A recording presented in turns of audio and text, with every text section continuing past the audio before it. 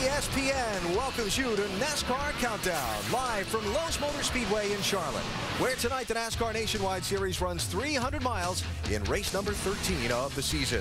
A showplace track where sparkle and shine have always been big. The condos and suites, pomp and pageantry surround a pretty tough racetrack, where since 1960, NASCAR's best have come to test themselves and their machines. Qualifying was held about 3 hours ago here, and turn 4 was pretty tricky for the early cars to run. Second car out on the racetrack was Stephen Wallace.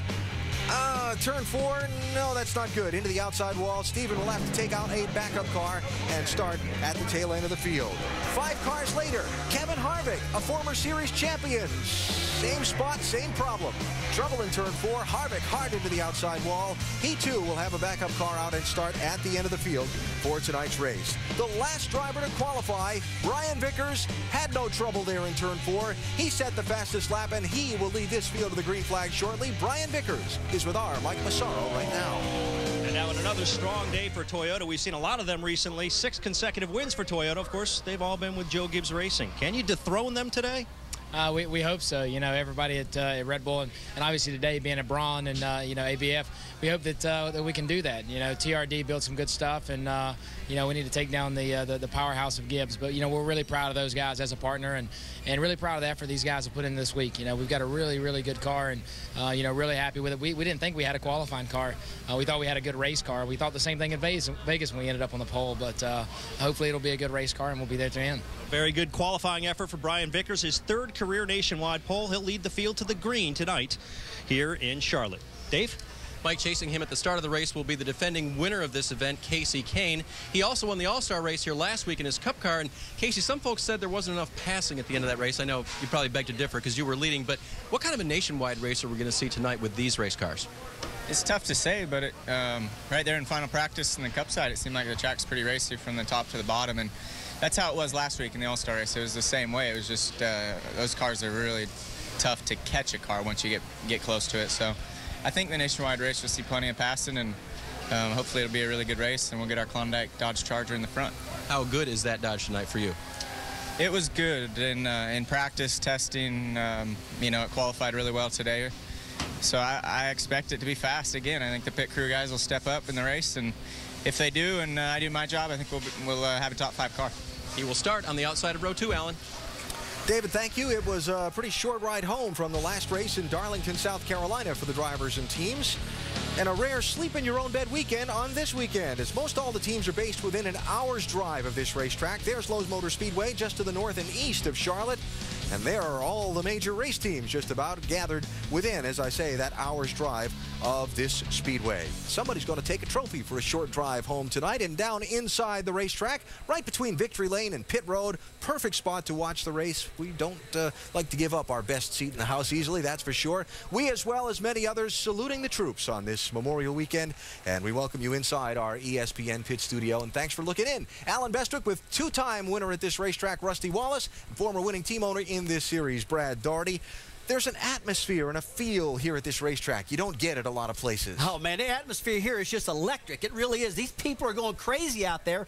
This is home turf for everybody. I mean, these guys are here to watch their own cars. Look, they brought their best cars. They brought their best motors. Heck, they even brought their grandma, Brad. I mean, they brought everybody here.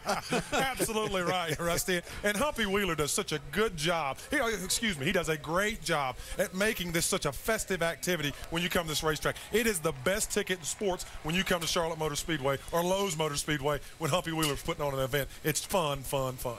Next thing I want to discuss is following up on Dave's question to Casey Kane about what kind of race are we going to see tonight. We'll start by comparing the All-Star race last Saturday to the last race for this series here at this racetrack last October. The racing last Saturday, there wasn't a lot of side-by-side. The racing last Saturday just wasn't good at all. The COT cars just did not get around this racetrack good. But let me tell you what, these nationwide cars are stuck to the track really good. I expect to see a lot of side-by-side racing tonight. They're going to get around here a lot better than the COT cars are. So we'll see a lot of side-by-side racing here tonight, but will we see the kind of crashing and bashing and banging that we saw in the Nationwide Series race last time here last October? Unfortunately, I do think we're going to see quite a bit of that, simply because they start the race out in the middle of the day, and a lot of guys will try to start their cars out tight, and when they go to the darkness, the racetrack picks up grip, so the cars want to loosen up a little bit, but that transition period is very, very awkward and they struggle early. Well, you're exactly right. Going from daytime to nighttime is going to be so tough for these guys. It's unreal. So just a comparison of numbers from the All-Star race for the Sprint Cup Series last Saturday to that Nationwide Series race last fall.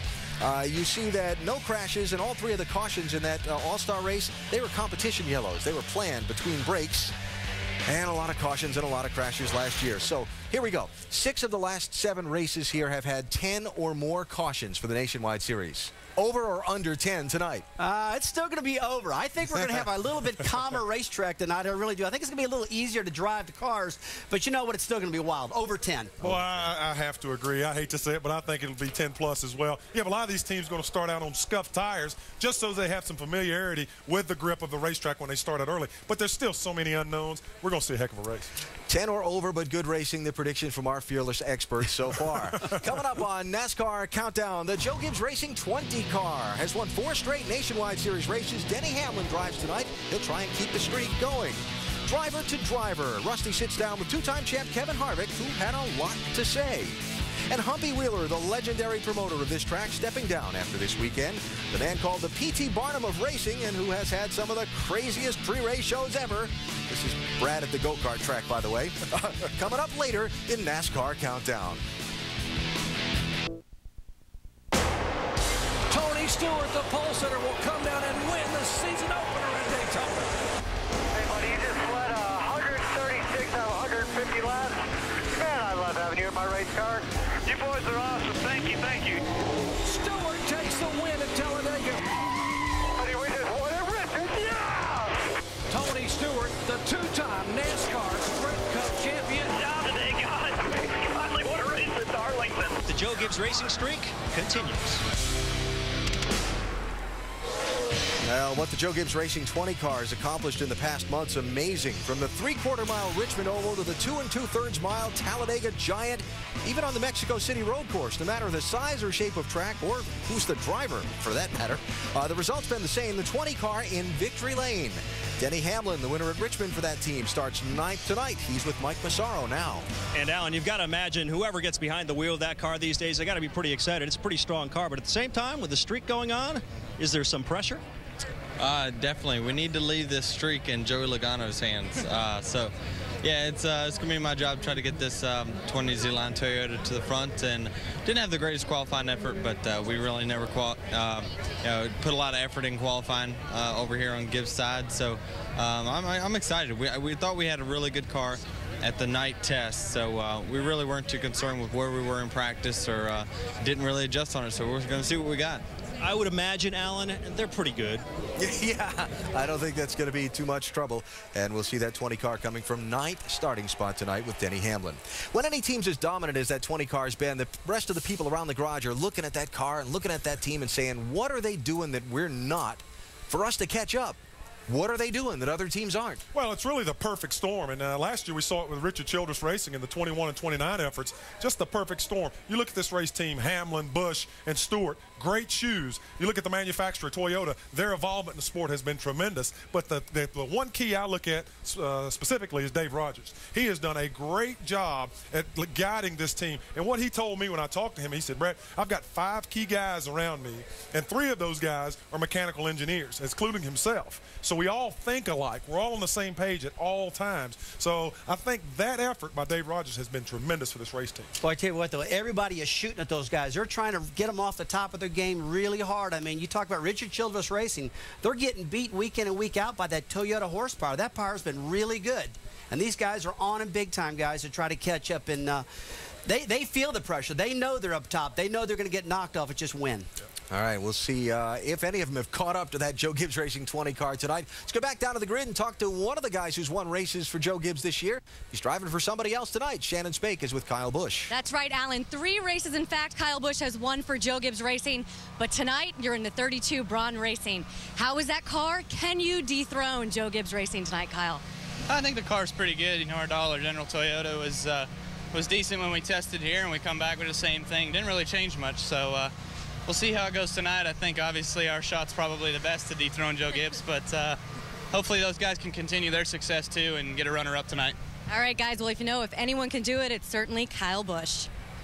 Kyle getting ready to go on the grid tonight in that 32 car from 6th starting position.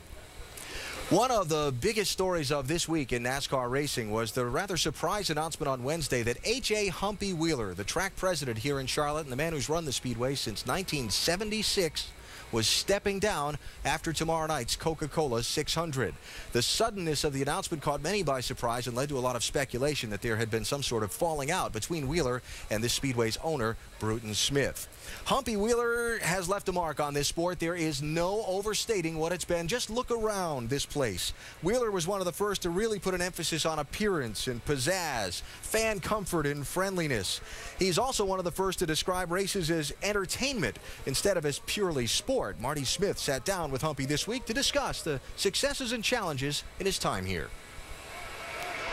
What, in your estimation, is your greatest career accomplishment? I'll probably see it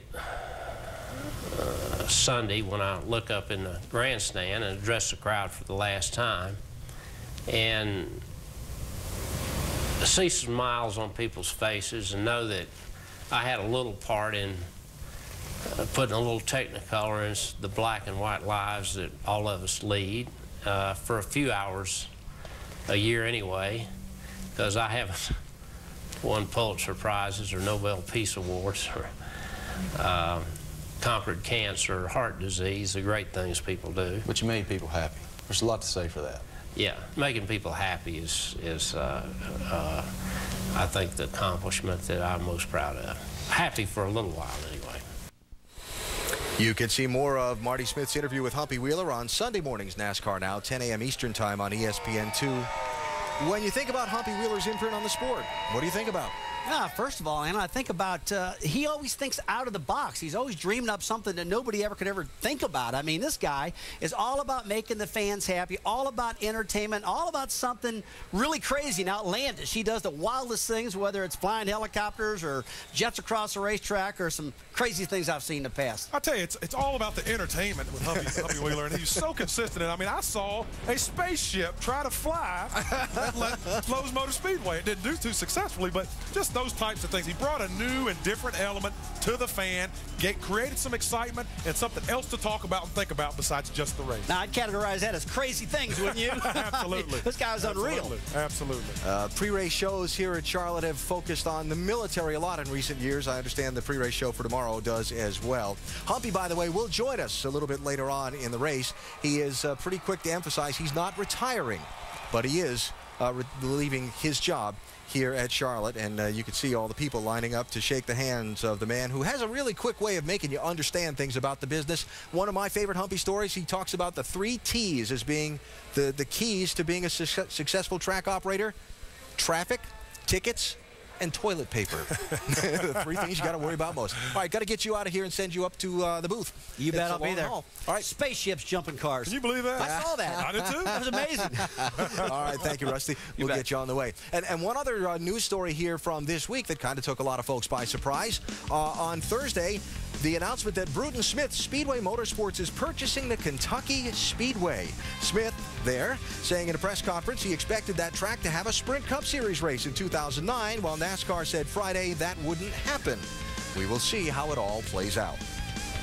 Time for a break on NASCAR Countdown. Greg Biffle, one of the favorites tonight, starting 3rd in this race.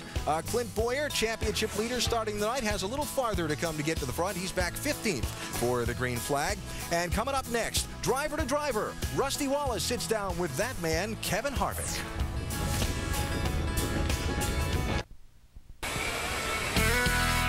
Aerial coverage provided to you by Goodyear for track-tested technology. Get there on Goodyear Innovation.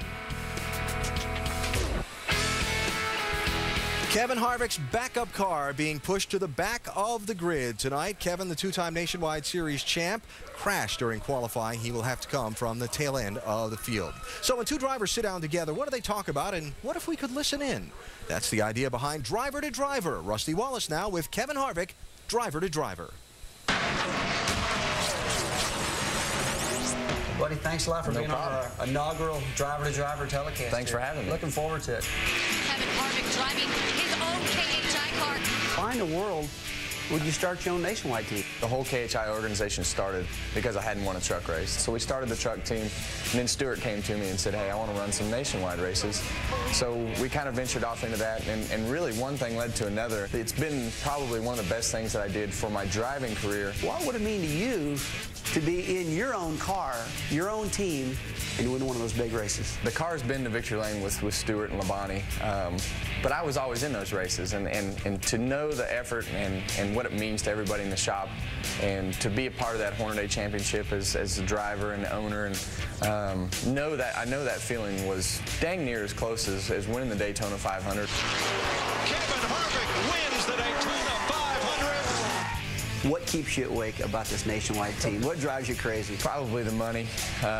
You know, it's expensive to keep it running, and everybody's always harping on your budget. In my mind, I say, screw it. In the end, you have to make it all make sense, and it has to, you know, survive on its own. Sponsorships, has that been a nightmare for you? Sponsorship is, I mean, it's a daily battle. It's a yearly battle. The performance on the track has kept people interested in what we're doing, but it's never something that you can let your guard down because everybody in the garage wants what you have.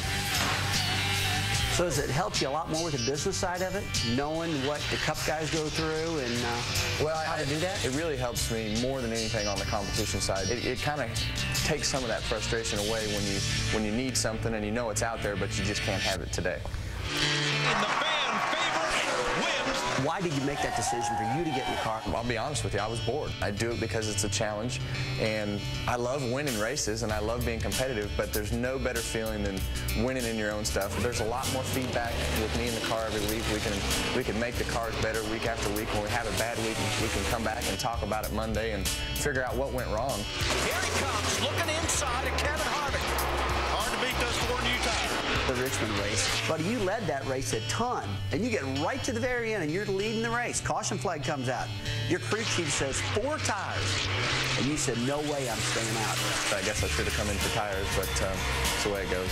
They're kind of damned if you do, damned if you don't in that situation. It didn't bother me a lot with the decision. Losing bothered me, but I think in the end, it was definitely, probably should have gone the other way, and I should have listened to the crew chief, but, you know, I've been on both sides of it.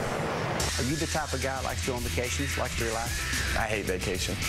My vacation is to stay at home, and it frustrates my wife, and I'm the type of person that says, if you take one day off, you're going to get a week behind. You talked about your wife. You talked about the shop. How actively is she involved in the business end of it? Delana brings a lot of reason to the table. We couldn't be more proud and more honored that you guys have chosen to partner with us. In the end, when I'm sitting in those meetings, I'm still the driver sitting there, and I don't think about it from a financial standpoint. I don't think about it from anything other than a performance standpoint. So I just handle making the cars go fast. Well, Kev, thanks for being on our first driver to driver. I appreciate it. Thanks for having me. So Kevin Harvick's got a lot of work to do tonight with that backup car that he hasn't run a practice lap on yet, all the way to the back of the field. How's he got to approach this race, Brad? Well, Kevin has to be smart, and I know Kevin really well. He drove for me back in the late 90s, and Kevin's very, very aggressive, and he wants to go forward with this race car. He needs to be patient tonight. A good top 10 finish from where he's at would be a tremendous goal for that 33 team tonight. So we'll keep an eye on Harvick's progress through the race. Another driver to keep an eye on tonight is David Reagan. He starts second. Let's check in with him and our Dave Burns. And, Alan, he's still looking for his first win in this series as our truck comes to a staggered stop. We're going to wreck here before this is over. How about you tonight, David? People say you're on the verge, and with the equipment and how you've been running consistently, how do you feel about, thanks, Biff, how close you are, his teammate Greg Biffle standing me here, how close you are to a victory in this series? Well, we're close, but close doesn't always count. You know, we've just got to get a little bit better, not make any mistakes. Just a long nationwide race tonight. So I'm really excited, though, about our discount tire Ford. It's got some good speed. It's got all the things there ready to win a race. It's just a matter of me, my crew chief, and my engineer kind of working together. And I think we'll be all right tonight. Tonight's just as good as any to win one. It all has to work together, Alan. Keep your eye on the 6. Burns, we got to get you some surfing lessons for those truck rides around the banking, huh? All right. Hey, been there, done that before. Closing in on the green flag here in Charlotte tonight, Jason Leffler, another guy to keep an eye on. Great starting spot for Jason Leffler in the top 5. And it's Memorial Weekend, always in NASCAR. Those who serve and have served are remembered. The Navy team saluting members of the military here tonight, including this induction ceremony for 10 new members of the military that Dale Earnhardt Jr. presided over earlier today. The Indianapolis 500, where winners are carved in history and victory never tasted so sweet. For almost 100 years, the world's greatest drivers have met at the Brickyard. This year, Danica Patrick and Elio Castroneves lead the high-speed charge to racing immortality. The 92nd running of the Indianapolis 500 tomorrow at 11 Eastern on ESPN2 and continues at noon Eastern on ABC. And the huge weekend of American motorsports kicks off tonight here at Lowe's Motor Speedway, Charlotte. The NASCAR Nationwide Series for 300 miles. We check the championship standings. Absolutely. Clint Boyer's starting back in 15th. He needs to have a good race to maintain coming out of here. We could see a lot of changes tonight, though.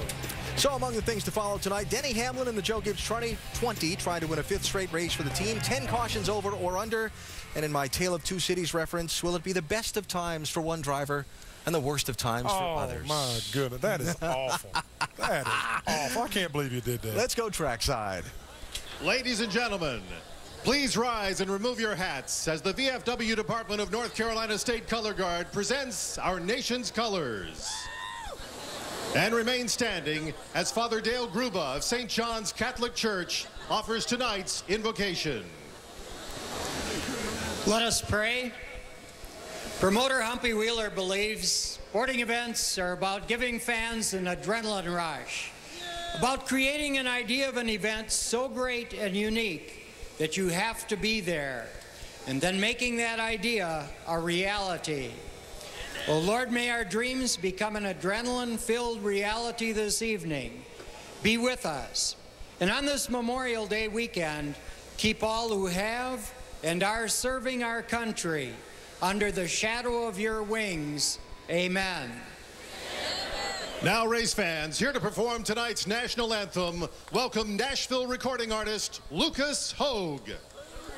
Oh, say, can you see by the dawn's early light what so proudly we hailed at the twilight's last gleaming, whose broad stripes and bright stars through the perilous fight o'er the ramparts we watched were so gallantly streaming, and the rockets' red glare, the bombs bursting in air, gave proof through the night that our flag was still there. Oh, say, does that star-spangled banner yet wave o'er the land of the free and the home of the brave?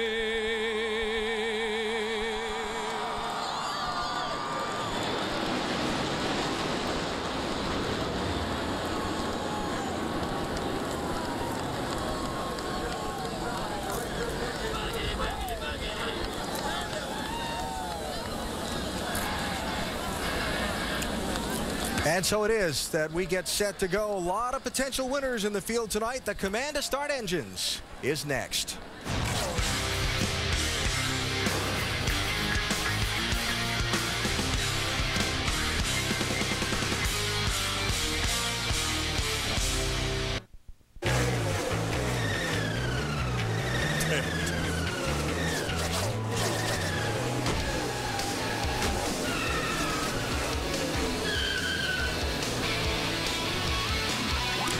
ESPN's coverage of the NASCAR Nationwide Series comes to you from the sports hometown in Charlotte, North Carolina. It's 300 miles for the NASCAR Nationwide Series from the beast of the Southeast, the fast but fickle Lowe's Motor Speedway. There were some brief rain showers this morning, but now a beautiful upper 70s afternoon's given way to a perfect evening, and we are just about ready for the engines to fire to get this race underway. So to call the action, let's head upstairs and say hello to Dr. Jerry Punch. Doc? Thank you very much, Alan. And to fully comprehend the importance of this whole Memorial Day weekend here in stock car country, take a look. 14 of NASCAR's brightest stars are scheduled to pull double duty here over the next 24 hours, folks. That means they will compete for 900 miles, and it's a who's who in stock car racing. Reigning Cup champion Jimmy Johnson, 5 former Nationwide champs. Edwards, Harvick, yeah, Dale Earnhardt Jr. is there. How about a 3-time IndyCar Series champion and 2006 Indy 500 winner Sam Hornish Jr. Hello, everyone. Along with Rusty Wallace, Andy Petrie, I'm Jerry Punch, and thanks for joining us as we kick off a huge Memorial Day weekend for motorsports here at Lowe's Motors Speedway tonight. And guys, as if 900 miles weren't physically challenging enough, why would these double-duty drivers risk exposing themselves to injury on such an important weekend? Well, you don't have to look any farther than the rear quarter panels on Jimmy Johnson's car, number 5, to figure that out. He's got Lowe's on there. He's a Lowe's driver, and this is Lowe's Motors Speedway, so we know why this guy is out there racing tonight. So we know why Jimmy's here, but how about the other drivers? Remember what happened a couple of years ago when Tony Stewart ran both Saturday and Sunday? He slammed the wall hard in the Nationwide race, and again in his Cup car on Sunday, injuring a shoulder which impacted his season. Rusky, how risky is it for people like Tony Stewart and others who run the double duty a lot of times? Well, Jerry, there's no doubt that there is a lot of risk and reward involved in running this particular race or any Nationwide race. But you know what? This is Charlotte, and this is the guy's hometown. And when you think all year long, where am I going to run a Nationwide race at if I'm asked to do it? It's right here in Charlotte. This is a granddaddy of them all, but it is a little bit dangerous. You're fast here. These cats got to be careful because they can get hurt here. Toyota has been the talk of the series this year, guys. 8 wins in 12 races. Joe Gibbs Racing has won 6 in a row, including 4 in a row in the 20 car. Guys, what makes this car and this team so good? I really think it's the drivers. I mean, the drivers are really good. You look at Tony Stewart, Kyle Busch, Denny Hamlin, guys like that. When you got that lineup, hey, you got some horsepower. And how about this guy on top of the pit box, Dave Rogers? He's the guy. That's where the buck stops on this team, and he deserves a lot of credit. Andy Petrie was able to use 4 in a row with Harry Gant back in '91 to be able to get a good job and become a Cup Series champion crew chief. Well, how about the Joe Gibbs Racing team? They are atop all 7 major categories in the NASCAR Nationwide Series, including the all-important categories of wins. They have 8. How about laps led? Oh, my. 1,117 laps led. Well, there's a Toyota on the pole tonight, but not a Joe Gibbs car, as we go trackside to hear the command. And now, ladies and gentlemen, please welcome tonight's Grand Marshal, Carquest Excellence Award winner Mike Buckridge, as he delivers the most famous words in motorsports. Gentlemen, start your engines.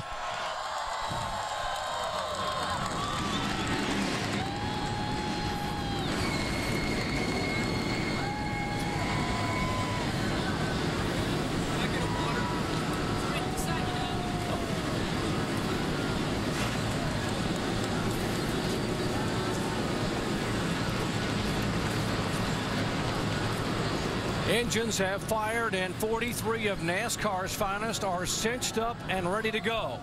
And how truly appropriate on a Memorial Day weekend that we would have the Navy car as our in-race reporter. When we come back, we're going to ask our question and your question of Dale Earnhardt Jr., our in-race reporter at Charlotte tonight. The NASCAR Nationwide Series at Charlotte is being brought to you by Toyota. Moving forward by Tractor Supply Company, the stuff you need out here, and by Circuit City. Circuit City makes it simple to shop, buy, and enjoy. It's simplicity guaranteed. Field beginning to roll off of pit road. We take a look at our starting grid. The pole sitter, the second pole of the year, 3rd of his career, is Brian Vickers in a Toyota. Beside him, best start of the year for 22-year-old David Reagan. Now, while you watch to see where your favorite driver is starting, let's visit with our in-race reporter. Starting back in 10th spot, driver of the Dale Jr. Division, Navy Chevrolet, Dale Earnhardt Jr. Hey, Dale, Rusty Wallace, ESPN, you got us? Yep. Hey, Dale, this race is going to start during the day and end at night. Are you concerned about how this car is going to handle early in the run? Well, the car should drive closer, you know, as far as the start and the beginning, how the car's going to change. It should do a little bit better than the Cup car will. We're just hoping we're going to just gain speed and the car won't really change that much. I think we'll be a little bit snug at the start, and as the track goes off, we'll gain a little bit of grip, hopefully car won't get too loose on the long run. All right, Dale, we got an ESPN.com mailbag question. That's from Dustin in Springfield, Massachusetts. His question is, what does it mean to have the Navy as your sponsor on Memorial Day weekend? Yeah, it's great working with the Navy in the Busch Series. They're a great supporter of our program with Brad, and also today with us. We've got the Dale Jr. Division car here, and pretty happy. Looking forward to it. They're great race cars, so they picked the right race car to put their name on. We're going to try to put it in Victor Lane. All right, man. Thanks for talking to us. Have a good race tonight. Calling the shots for Dale Jr. tonight will be former championship crew chief Lance McGrew. Let's visit with Lance. Hey, Lance McGrew, Andy Petrie, have you got us? 10-4, Andy. Hey, Lance, how are you going to get Junior in position to win this thing when it comes down to it? I'm hoping it comes down to that the stop before the last pit stop. We're trying to set it up. We'll put tires and fuel in that stop, so we got a few options on the very last time we may just put 2 tires on the right-hand side, or we may just get gas that last stop, try to get the track position. Hopefully we won't need it. Hopefully we'll be out front all night. Yeah, that sounds good, Lance. How close is your setup to your teammates' cars? It's a little bit different. We're trying a few things that kind of going back into the mixed bag back from a few years ago when we ran the Busch Series, now the Nationwide Series quite a bit. And we kind of stepped back a couple years to the way I like to do things, and we're going to give it a try. 10-4, Lance. I like that old school thinking. Y'all have a good race. Thank you. Lance looks like he's ready to win one tonight. How about the other onboard cameras we'll be riding along with? Mike Bliss starts 8th in the Miccosukee Resorts Chevy. Mike Wallace 23rd, the Geico Toyota. Craig Biffle, a 2-time winner here, starts 3rd, the City Financial Ford. Kenny Wallace 40th, the United States Border Patrol Chevrolet. Jeff Burton, who won this race last fall, 11th in the Holiday Inn Chevrolet. Kyle Busch starts 6th. How good has he been this year in the Nationwide Dollar General Toyota? And reigning series champion Carl Edwards starts 7th in the Scott's Water Smart Formula Ford. Check in on some final stories from pit road, starting out with Mike Massaro.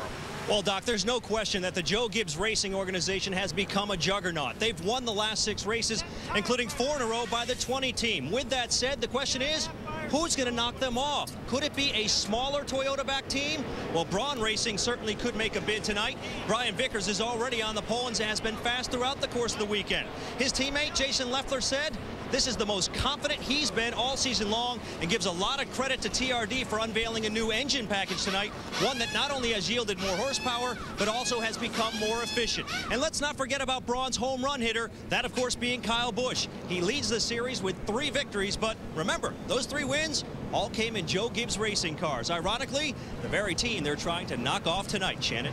Well, Mike, while Joe Gibbs Racing certainly leads in the win department, it's a number 2 Richard Childress Racing car driven by Clint Boyer that currently stands ahead of the driver point standings. Now, although Clint Boyer has not been to victory lane here at Charlotte, his teammate Jeff Burton has 3 times, in fact, including last October. Now, I spoke with his crew chief, Pat Smith, earlier today. He told me coming into this race, although they are chasing the 20 team, they have an unfair advantage. And that unfair advantage is Jeff Burton. He told me, quote, Burton is just so good here. Dave Burns? So, Shannon, what are the Roush Fenway cars doing to try to close that gap on Joe Gibbs Racing? Well, I talked to Eddie Pardue, Greg Biffle's crew chief, today, and he said, you know, we're looking at everything, engines, bodies, chassis, suspensions, trying to get better, and we're also consulting with our Cup teams. Now, the technology is different, but the ideas might be really good, so we're working with them to try to get what we can to catch up with these guys. We think we're making gains, but those Gibbs cars are still very fast. Now tonight, in order to stay fast all night long, you're going to have to make some adjustments on your race car. So let's go to the Dish Tech Center in our Chevy Cutaway car with Tim Brewer.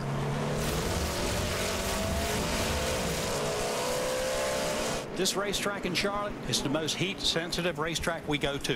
What we're going to do, we're going to constantly make air pressure adjustments tonight. We're going to make spring rubber adjustments. What we're anticipating is one stop beyond what we're actually doing, anticipating the change of the characteristics of the racetrack. And as long as we stay one jump ahead of those other guys, we're going to get to the checkered flag first here in Charlotte. It is all about adjustability here when the race starts in the daylight and finishes after dark. Glad to have you with us, and thanks, by the way, to all you men and women in the armed services who allow us to sleep under a cloak of freedom and have nights like tonight where we get to come enjoy NASCAR stock car racing. Great crowd on hand. Glad to have you with us here. 300 miles of NASCAR nationwide action about to get underway here at Lowe's Motor Speedway. Green flag waves, and we'll see if the pole sitter, Brian Vickers, can indeed lead that first lap, but he wanted to here all week long.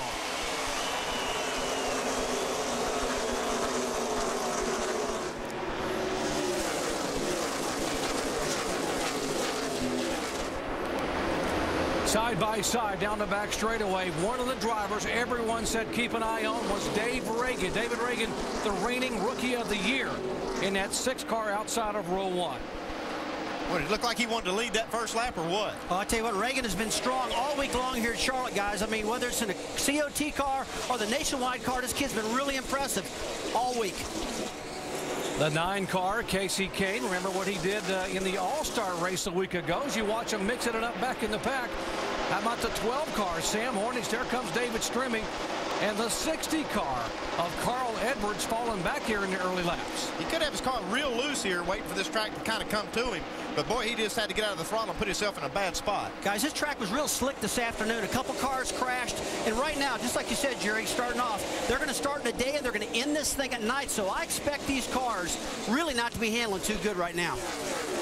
Carl Edwards, he crashed his car at Darlington on the first or second lap, so he's just trying to get this thing going tonight. Oh, well, I tell you, it was just one lap, like you said last week at Darlington, or 2 weeks ago, Andy, and he wiped out. He doesn't want to do that now, but this car, Dale Earnhardt Jr., an 83 car, this guy was good in practice throughout the day, throughout the last couple of days ago.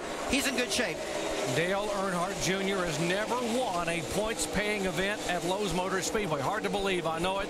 His dad won here 8 times. There's Dale Jr. The only race he ever won here was the All-Star race back in 2000, but never a major NASCAR Nationwide or Cup Series event. He sure did sound confident when we talked to him before the race that they had a car that was very capable of winning this race. Yeah, we talked to him before. Whoa. Oh, spin off of turn 2, and they're spinning down the back straight with a 0 car. Tore up bad. Danny Eflin. Danny Eflin driving for Johnny Davis Motorsports will bring out the first yellow flag. And you guys predicted it down in the in our countdown show. You said we're going to have a lot of yellow flags here tonight. We could see a lot of pushing and shoving and some incidents early on. Yeah, Danny qualified pretty good there. He qualified 26th. I'm sure he was had his high hopes up for this race and maybe just got a little over anxious. This turn 2's been tricky all week. You see how nobody around him here just snapped around. You know, in practice, Andy, there were just a lot of cars were loose, and they got to get through this transition at the racetrack. This is the problem area. This is the time that they got to be careful. On board, Kenny Wallace's Border Patrol Chevy. Watch in front of you, stay high. One behind you. Keep coming. And you just saw the 0 car go spinning around, and fortunately, Danny able to get the window net down and take the helmet off and talk to safety crews here at Lowe's Motor Speedway. Under caution early on what should be a very eventful kickoff to Memorial Day weekend motorsports. We'll have more when we come back in just a moment.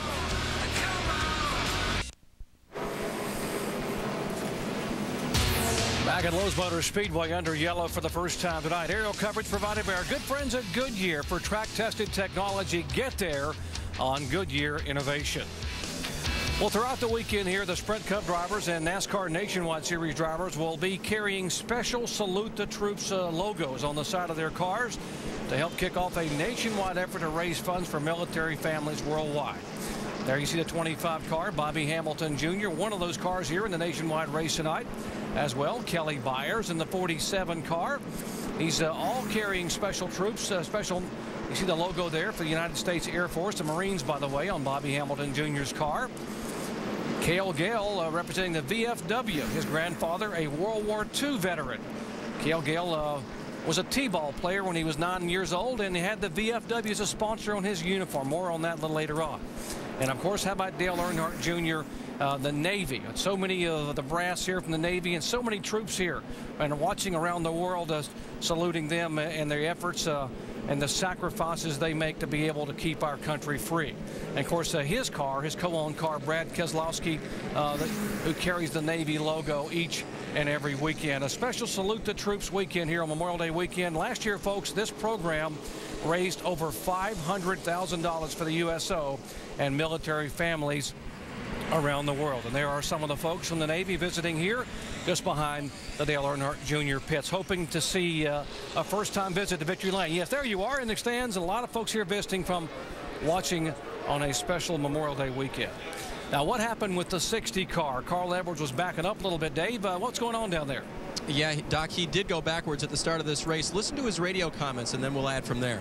Put about, I'll put 2 rounds to front brake. Before we get back up there, this car is good. It's just, I mean, the grip-wise, it's got a lot of grip, just so loose in. 10-4, I'll probably round that track bar down a couple rounds. Yeah, like 5. 10-4.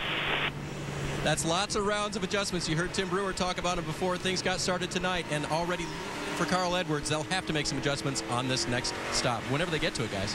Yeah, Dave, he was talking about putting 5 rounds of the track bar down, so he needs a little bit of an adjustment there. That's pretty drastic. Well, when you go that far, you know that baby's loose, and you know it's going to be loose early in this run because of the way the track is, but it's going to tighten up.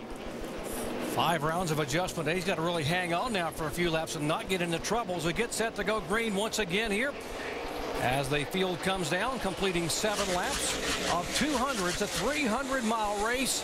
Up front, David Reagan gets a challenge from Casey Kane in the 9 car in turn 1.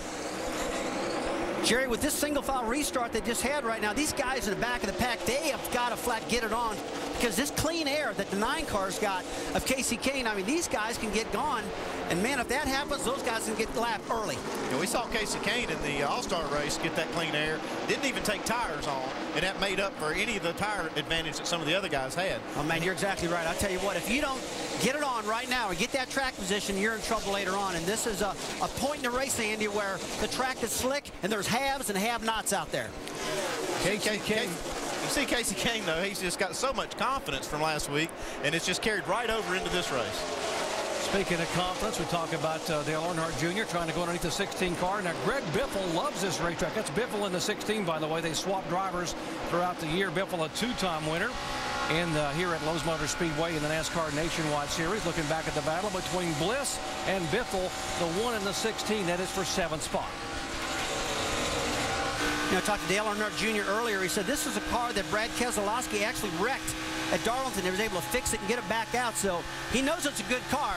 But just think that Mike Bliss, we're just watching from inside his car. Bliss is 5th in the points. He's been strong all year, too. Bliss trying to hold off the 20 car right behind him, Andy. And, you know, this 20 car, we keep talking about how good that car has been. Denny Hamlin aboard that car. Bliss, though, has been getting better and better as the weeks progressed here, hoping for that first top 5 as we check in with Shannon. Certainly Mike Bliss, he's had a great season so far, holding steady in that 5th place point standings. But right now he's not happy with the car, guys. He says he feels like he's on top of the racetrack, really slipping and sliding around. What he really means by, you see him right here, definitely up on top of the racetrack. That means he just doesn't have a good solid feel for the car. And you can see right there, that was for good reason. He didn't feel you got that right, Andy. As a driver, I mean, on top of the racetrack, it means you're on ice skates, buddy. You're up there slipping and sliding. You're not down in with a lot of downforce. That car's sticking good. And you saw what happened to Bliss. He almost lost it right there. And until the next pit stop happens, or as this air pressure comes up, nothing's going to change. He just needs to chill out right here while this racetrack goes through a transition period. You can see a little bit of sun still on the track, still got a little bit of heat in it, but it's going to cool down dramatically here in the next 30 to 45 minutes. Mike Bliss, 5th in point standings, and the guy that's battling him for position right now is the points leader here in the NASCAR Nationwide Series. Clint Bowyer in the 2 car, coming in with a 112-point lead over Kyle Busch and Carl Edwards. How about this battle back for 13th through 15th here back in the pack? See Jimmy Johnson coming up here in this 5 car.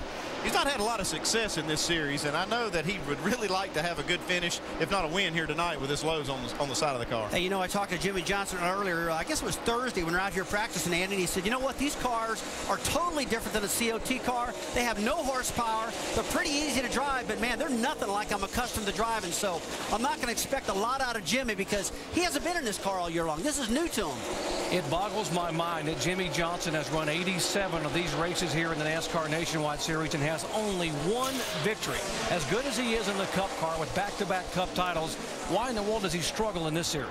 That is a mystery, Doc. Like you said, this car just doesn't play to his strengths. And when I say this car, I mean these Nationwide Series cars with low horsepower. They seem to have they do have a lot more downforce in the car of tomorrow.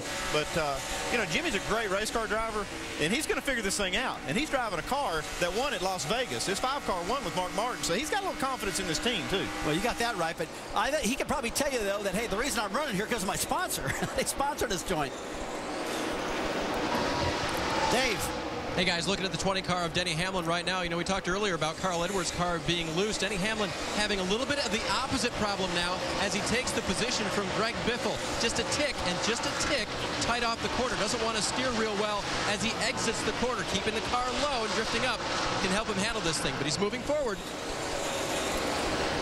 You'll hear him say that a lot. The daylight will slide, but when it gets dark, we're going to ride. Because what happened last year when they came here, and Rusty, when it gets dark here, the grip on the track comes up, and some of these guys that are slipping and sliding now will be able to just drive their way toward the front. Oh, man, these cars get handling totally different late at night. I mean, I remember running this race going, what is wrong with this thing? Who messed with this car? Last time I got out of it, it's slipping and sliding all over. But just like you said, Jerry, when this track cools down, these cars take off, and then, Andy, they start saying, I'm tight. There is no more loose. You're tight all of a sudden. Then I'm screaming at you. And then that's when we start screaming, and we start screwing screw jacks and air pressure, and we try to get you happy again. Up front, it is Dodge, Ford, and a couple of Toyotas. How about chasing a Dodge of Casey Kane? He won the All-Star race last week, trying to go for 2 in a row by winning the NASCAR Nationwide Series event here tonight.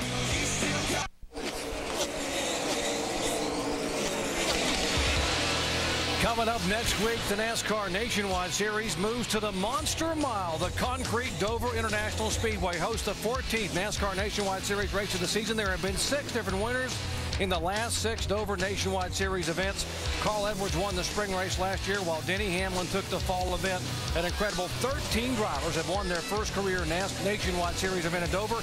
And by the way, Joey Logano makes his series debut in guess which car? That 20 car that's been almost unbeatable. Could we see another first-time winner? All the action next week at Dover at 2:30 Eastern Time. Back at Lowe's Motor Speedway, a new leader now. If you just joined our coverage, the 6 car, David Reagan, led the first 8 laps. The 9 car led the next 11, and here's what happened just a moment ago. Here, David Reagan, he didn't like the way that Casey Kane passed him on that restart. He just kind of methodically moved his way back up there and gets inside Casey Kane and gets him clear. Well, I tell you what, he was hooked up right in the bottom of that racetrack, really fast on the bottom. Caution now being shown. Wade for the second time tonight. First one coming out lap 4. Denny Eflin. Looks like Morgan Shepherd's got a left rear tire down. Morgan, one of those 4 cars that had to start in the rear of the field after adjustments that were made after qualifying. So he was coming from the back of the pack after a good qualifying run, now having a little debris coming off that tire, bringing out the caution here for the second time. We can see our leaders, when they worked by Morgan, he was having some problems there up high. Boy, take a look at this replay, guys. They're getting down into turn 3 right now. They're running up in Morgan Shepherd, and they really got boggled up behind and went to the bottom. That could have been a big one there, guys. Yeah, Morgan did a heck of a job keeping that car out of the wall. You know, our 66-year-old driver is a former 2-time winner here, so obviously did a heck of a job now as they will head to pit road here momentarily. I say Morgan saved a few race cars in his day. He saved a lot of them. He could have pulled down across the racetrack and caused a big wreck, but he's been there before. Hey, keep on top of the track, save the car. That was a smart thing to do. Leaders getting ready to come on pit road. Let's go down to our Castrol GTX triple pit, starting out with Mike Massaro. And right now, Doc, David Reagan very happy with the race car. Mike Kelly just asked him how his balance was. He said it's pretty good, just maybe a little bit free. But Reagan instructed him not to touch it. Look for a 4-tire change, and they'll fill up with Sunoco race fuel. Reagan now hits his marks as the team goes to work on the right side. Dave? Casey Kane running in second position. He is in the middle of your screen right there. They are going to pull a spring rubber out of the left rear. That's going to loosen up this race car for Casey. As for Dale Jr., car just about right now. Small air pressure adjustment for Jr. 4 tires as well. They'll try to win this race off of pit road. There goes Reagan. Here comes the rest of the field. Nearly contact on pit road. Wow, the race off of pit road, and Jason Leffler gains 5 spots. How about the former Indy 500 winner Sam Hornish, who was already running close to the top 10, now in second position. And Jimmy Johnson up 12 positions. Great effort on pit road. How tough is it? How about the jack man, Andy Turner? Watch him working on the 32 car of Kyle Busch. Andy pumping that jack to get that Dollar General Toyota on and off pit road in a hurry. One lap away from restarting the Carquest Auto Parts 300. Our coverage of the NASCAR Nationwide Series tonight from Lowe's Motor Speedway outside of Charlotte. And the whole running order's jumbled up from when that caution came out a minute ago. First couple of pit stops to examine that shuffled the two guys who were leading before a little bit farther back in traffic. Yeah, you know, these things are going to happen, but if you look at the right rear here, you're going to see a little bit of a bobble back here, and it's going to create a little bit of extra time, and that is the things that you cannot have happen throughout a race, Alan. It's just not going to help you at the end of the night. When the tire changers don't go around the car at the same time, that means somebody's having an issue. See, the rear is still a little bit slow, and then all the traffic coming out. Now watch Kasey Kahne on his pit stop. Watch the front of the car and the tire carrier just trying to get to the car. He's just trying to get around the car. He gets turned around. He's bobbling. He's pirouetting around. Finally gets there. Those times, those little incremental seconds cost you inches on the racetrack, and at the end of the day, it can cost you position. And then on the left side, the rear tire changer having some trouble going under the car, maybe fishing out a spring rubber. Can't tell for sure by this angle on the replay, but I think that's what he did. And that puts David Reagan out in 6th and Kasey Kahne way back in 14th. And Doc, a lot of strategy has shuffled the running order up front. Indeed it has, Alan. As we get set for the restart here, Jason Leffler will lead him down. How about Sam Hornish? Some tire strategy here. We will remember what they did on this first stop and bring it back to you as the race progresses. By the way, Derek Cope led a lap during the caution flag. The 1990 Daytona 500 winner staying on the racetrack to get those extra bonus points. Jimmy Johnson on the bottom of the racetrack. How good has he been here in the Cup car? His sponsor and the namesake for the racetrack, trying to get to the front here and lead tonight in the NASCAR Nationwide Series event. I think this is a great move by the 5 team and the 38 to just get a couple tires here, get out there. Just getting this track position is going to be huge for these guys. Well, guys, there's only 30 laps in these tires. If you're going to put 2 on to see if it works or not, that was the right time to do it. That's not too many tire laps in the tires. And this tire, pretty hard, holding up pretty good. David Stremme in the 64 car. The Rusty Wallace Incorporated team has been one of the hot teams the last couple of weeks. Back-to-back 5th and 6th place finishes. Stremme now 6 out of 7 races in the top 10 here. And this team really coming on, trying to pedal that thing to the front. But look at David Reagan is just inhaling that front pack. Well, David Reagan's got 4 tires on. David Stremme's got 2 tires. That was a decision the team wanted to do. But I'll tell you what, they need to find if it's going to work. And I really applaud him for making that call. David Reagan's definitely had the fastest car from the start of the race, even with, you know, the 4 tire. We're not counting having 4 tires against these guys with 2. And something looks like it's wrong with Kasey Kahne's car right here. This 9 car is definitely slow. Slowing back in the pack. Kahne now trying to get to the bottom of the racetrack, obviously, or possibly a tire situation for the 9 car. It looks like that car was wobbling around quite a bit. I'm trying to see if it's the left rear tire hitting pit road. I can't tell. Locking it up, trying to get that speed limit down so it doesn't get a penalty there. Got to be careful with that right front tire not to put a flat spot on it if you're not going to change it. Tell you what, you talk about risk versus reward. I mean, this is something Kahne's thinking about. The big show is tomorrow for the Cup stuff. He doesn't want to get hurt here. 99 also, we're being told, has an issue. Let's show you that there's a little bit of pushing and rubbing out there, and it doesn't take much contact. Let's watch the 99 car. Here comes Clint Boyer. Yeah, you see, right there, you see David Rudiman's trying to get down to the bottom of the track because he thinks he has a problem and did not see that other car there. And how about Jimmy Johnson now taking over as the leader here, becomes the 4th different leader. There have been 5 lead changes, folks. We're only 35 laps in. We told you this was going to be a great one here tonight at Lowe's Motor Speedway, and indeed that is the case. Jimmy Johnson leads, and now the 9 car of Kasey Kahne is trying to get his issues resolved. Dave. And he thought flat left front tire. Right now, the guys are looking over every tire. They haven't told Kasey yet what they found. This is the process where the crew then goes around, gets all the air pressures, see if one of the tires is down, and they can confirm with their driver what happened. Right now, it looks like all 4 tires are up, so he was feeling something that felt unsafe, and so he came down pit road. They changed 4. Hey, guys, look at this 12 car right here, working the top side of the racetrack. Look at him. Whoa, in the side of Jimmy. Great job for Jimmy Johnson to save that car. Sam Hornish comes out of that thing with the lead. I just started to say, Jimmy Johnson's thinking, man, I'm loving Charlotte and the Nationwide cars right now. Haven't really run too good, but now I'm leading. Now I just got knocked back to the back.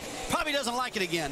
And how about Sam Hornish? We heard talk about Sam Hornish is accustomed to leading on Memorial Day weekend, but normally it's in the Indianapolis 500. He won that race in 2006. Decided he wanted to come stock car racing, and tonight Sam Hornish leads here at Lowe's Motor Speedway. Here's David Reagan, the Ford on the inside of the Toyota of Jason Leffler, battling for second position. And here comes Dale Earnhardt Jr. We got so much action, we can't hardly keep up. Oh, man. You got to believe the guys up in Indianapolis are watching this, watching Hornish right now, saying, man, I want to do that. I want to get down there. I tell you, Hornish has really took to this thing really good. He's working with his team. His cars are handling good. I believe this cat's here to stay. They're just glad he's not in Indianapolis. They got a great field of cars for the 92nd running of the Indianapolis 500. So they're probably glad, well, we don't have to deal with Sam Hornish this year. Let him get out and be in the stock cars and get him out of here. Andy, how do you like to have a driver that says, hey, I can win Indy and I can win Charlotte? That'd be a good one to have, wouldn't it? He is a great race car driver. He's definitely proven it right here. You know what? We're going to pose a trivia question later on. We'll let the folks think about it. When was the last time, what's the best finish an Indianapolis 500 driver, winner, has ever had at this racetrack at Lowe's Motors Speedway? We'll tell you the answer here. Just think about it, folks. Think about the best finish an Indy 500 winner has had at this racetrack. We'll tell you it later on. Let's check in with more on David Reagan with Mike. Well, Doc, as you canvassed the garage this weekend, we kept hearing one thing about the tires. A lot of teams thinking they were very inconsistent, and that may be something that's biting the 6 team right now. After that pit stop, David Reagan came over the radio and said he thinks he feels a vibration. Nothing serious, but he doesn't think the air pressures are building up as quick as the other set of tires, and it doesn't feel right. As you can see, the 6 car has been dropping back. It's hard to say what he's feeling, that vibration in the car. Some of these sets of tires are a little different from set to set, and this one's just not matched up exactly for his car right now, but it's a long race. Sam Hornish is leading the field here on a Memorial Day weekend in NASCAR action, NASCAR Nationwide Series. But how about a great Memorial Day weekend memory for Sam Hornish? Turn back the clock to 2006, and how about he was the pole sitter for the Indianapolis 500, but on the final lap he would move around Marco Andretti. Watch this move by Hornish to win by 63 one-thousandths of a second, second closest finish in Indy 500 history.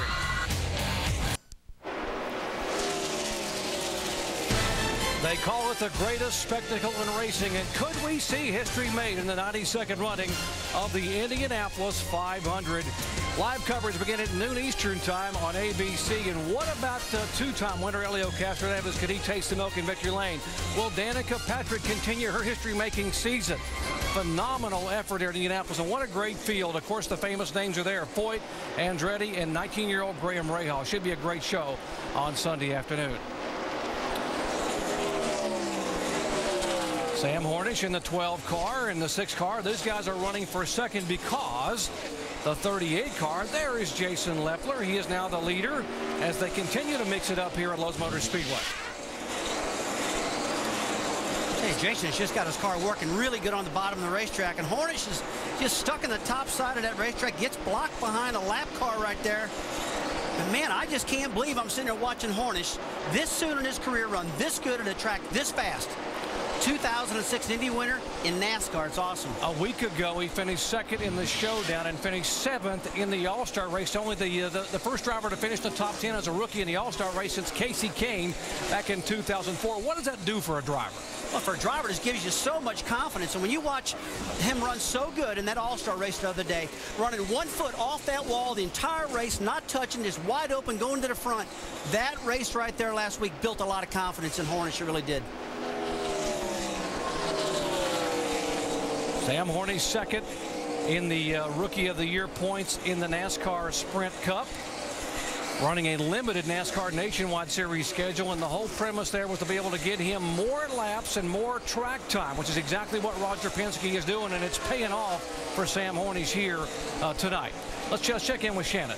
Well, Doc, it certainly has been a great week for Sam Hornish Jr. Now, that car right now is tightening up on him just a little bit, specifically through and off turn 4. Now, on that last pit stop, they did drop the track bar because it was a little bit loose. Looks like they may have tightened it up just a little bit. Now, with Mike on the guy that's letting Hornish Jr. is chasing down. You know, Shannon, when Jason Leffler left the test here a week ago, he was pretty bummed out. He had crashed a car after cutting a tire down. He felt like that was the best car they had for this particular race, but his spirits were buoyed after he hit the track on Thursday for practice. Felt like this was the best car he's had going into a race all season long. We can see that right now, paying dividends. Right now, what he's saying, he's a little bit tight in traffic, but when he's in clean air, when he is right now, he's extremely good. Jason Leffler has top 10 finishes at both the sister tracks to Lowe's Motor Speedway at Atlanta and at Texas. Hoping to get a top 5 or a win here. There is the battle, or it wasn't much of a battle for position. Dale Earnhardt Jr. just goes by and says, see ya. I think David Reagan saw Jr. coming in his mirror and decided it's too early in the race to try to put up much of a fight at this point. Andy, you've been here many, many times. You've watched a lot of races here. About how deep in this race do you get before this track really starts changing big time? Well, it's starting that transition phase right now. When as soon as the sun goes down and you see no sun or shadows on the racetrack, that's when it really starts to cool down, and it'll go through a pretty rapid change during, you know, that transition, and then it'll actually even go through another one right toward the end of the race. So I think the biggest adjustment for the racetrack is going to be right about now. In this race a year ago, the drivers who led while the sun was shining were a non-factor once it got dark. You remember Kasey Kahne started way back in 32nd, and once it got dark, he started to march his way to the front and led the final 17 laps here. So it was a totally different group of guys at the front of the field after dark. I love that dynamic of how the track does change, and you started racing the daylight and you ended at night. I don't know who came up with that idea, but it was a good one. Yeah, I think I can give you a name. I think his name was Wheeler or somebody like that. We'll talk a little bit about Humpy Wheeler in just a moment here. A quarter of a way through. Now, what about a couple of drivers we were talking about before the show? How good has Kyle Busch been? A 3-time winner. There is Kyle Busch, not driving for Joe Gibbs tonight, driving for Todd Braun in that 32 car. There is his progression. Mike? And, Doc, this is the 5th race that Kyle Busch has been behind the wheel of a Braun car, and I spoke with his crew chief, Todd Losey, earlier this week, and he said, of the 5 races, this is the best car they've been able to give Kyle. Now, they had been a little bit confused over the first 4 races, though, because they felt like when it came to coil bind setup, that Kyle Busch was more toward the right front rather than the left front, which they had had some success with. So they had to make some adjustments with the setup to finally get it right and give Kyle the feel he was looking for. It obviously took a long time before they got it, but they feel like they've nailed it here tonight. Dave? Mike, on the right of your screen, you see Jimmy Johnson racing David Reagan for that 4th spot. He takes it. Back further in the pack is Brian Vickers, who was a pole sitter and running up front early on. We showed you that pit stop with the 9 car where the tire carrier was a little bit slow getting around to the front of Kasey Kahne's car. Well, that's because Brian Vickers had had contact with him on pit road, and they stayed a long time on pit road to fix that 10 car. He restarted back in the 20s. He's worked his way all the way up to 12th, but it's been a long road back toward the front of the field for our pole sitter. Brian Vickers always good at this racetrack. His best Cup finish came here last May when he led quite a few laps, ended up getting a top 5 finish in the Cup event, the Coke 600. Talk about big movers. How about the 66 car? That is Stephen Wallace, who wrecked during qualifying, had to start dead last. He has already gained, folks, get this, 24 positions for the 20-year-old driver. He has moved all the way up to 18th spot. It's the same car, we're being told, that he finished 5th with at Darlington a race ago. Remember what happened at Darlington, though? He had a car wreck in practice, and guess what? Started back in the pack and drove all the way up to the top 5. So this is a backup car these guys have used for the last 2 races. Rusty, when are you going to make this a primary car? This thing runs. I told him, I said, this is a great car. This thing flies every time I run it. Take it back, wash it off, bring it back. We don't need to keep bringing new cars every race. So, hey, I seen you with Earnhardt, man. He said, this is my favorite car. Fix it up, bring it back. Stephen Wallace has got him exactly where he wants him. Backup car in the back of the field. Watch out, he's coming toward the top 10. How about the young second-generation driver trying to get his first win here at the home track in Charlotte, North Carolina? This is all I need, so give me just a little bit. Back at Lowe's Motor Speedway under caution for the 3rd time tonight, involving one of our former leaders, Sam Hornish, in the Penske Dodge, having his troubles off of turn 2. Let's show you what happened here a moment ago inside of Brad Baker's 81 car. Guys, he just got loose down there, Andy, just all by himself, it looks like. Yeah, it looks like he just got loose on the inside of that 81 car. Does a great job here. He keeps driving the car and doesn't hit anything. He's trying to get to pit road now with this flat tire. 170 miles an hour and doesn't touch a thing. They head on the pit road. Let's check in with Shannon Spade. Yeah, Jimmy Johnson currently running 30, saying that the car is just a little tight through the centers. It feels like he's floating it through the turns. They're going to take 4 tires on this car and a slight air pressure adjustment. Mike. The last stop and last time down pit road, Jason Leffler took fuel only. This time, though, 4 tires and a chassis adjustment. Car's begun to tighten up a little bit. They'll also take on a full load of fuel as they work around to the left side now. Dave? Mike Dale Jr.'s team running second talked about just taking Sunoco fuel, but they decided to change 4 tires and give him just a slight air pressure adjustment, just a little bit snug, as he called it, off the corner. Race off of pit road, chassis adjustment and fuel only for Kyle Busch. Likewise, some tire strategy. Vickers back up to second spot. Jason Leffler losing 6 spots on that exchange on pit road. Back with a special guest in just a moment. Welcome back high above Lowe's Motor Speedway in Concord, North Carolina. The aerial coverage provided by our good friends at Goodyear for track-tested technology. Get there on Goodyear Innovation. Now, you're looking at a 2,000-acre complex that the folks who know racing affectionately call this the house that Humpy built. We're talking about Humpy, H.A. Humpy Wheeler, the P.T. Barnum of motorsports and Humpy. A lot of folks, one of the big news discussions this week was we were shocked and saddened that you are leaving this facility after 33 years and so much that you've contributed to the sport. But the good news, I guess, is you are not retiring. No, I'm not retiring. I'm going to stay in racing. I'm going to write a book and also going to have a TV show and a few other things. I got a lot of things I want to do, and I've still got a lot of energy left. And but I hate leaving this place because, you know, we've got a lot of fond memories here and 32 years and been really fun watching it grow and expand, and also seeing the rise of NASCAR through these years. You know, we don't have enough time tonight to list all the accomplishments you've had here. First track ever to have year-round housing, first major sports venue, of course the first lights on a super speedway. As we get set for a restart here and watch David Reagan, what of all you've accomplished are you the most proud of in your tenure here? Well, I think the lights probably one thing, because everybody thought, well, you couldn't do it, and it was done back in '92, and I think it kind of changed the course because no one had ever illuminated a super speedway, and so I think that was a really good deal. I'm watching my boy David Reagan up there winning. He came up through the Legends car, something we started here too, and real proud of him. Boy, this has been a heck of a race. It sure has, Humpy, and these fans certainly appreciate all that you've done over the years.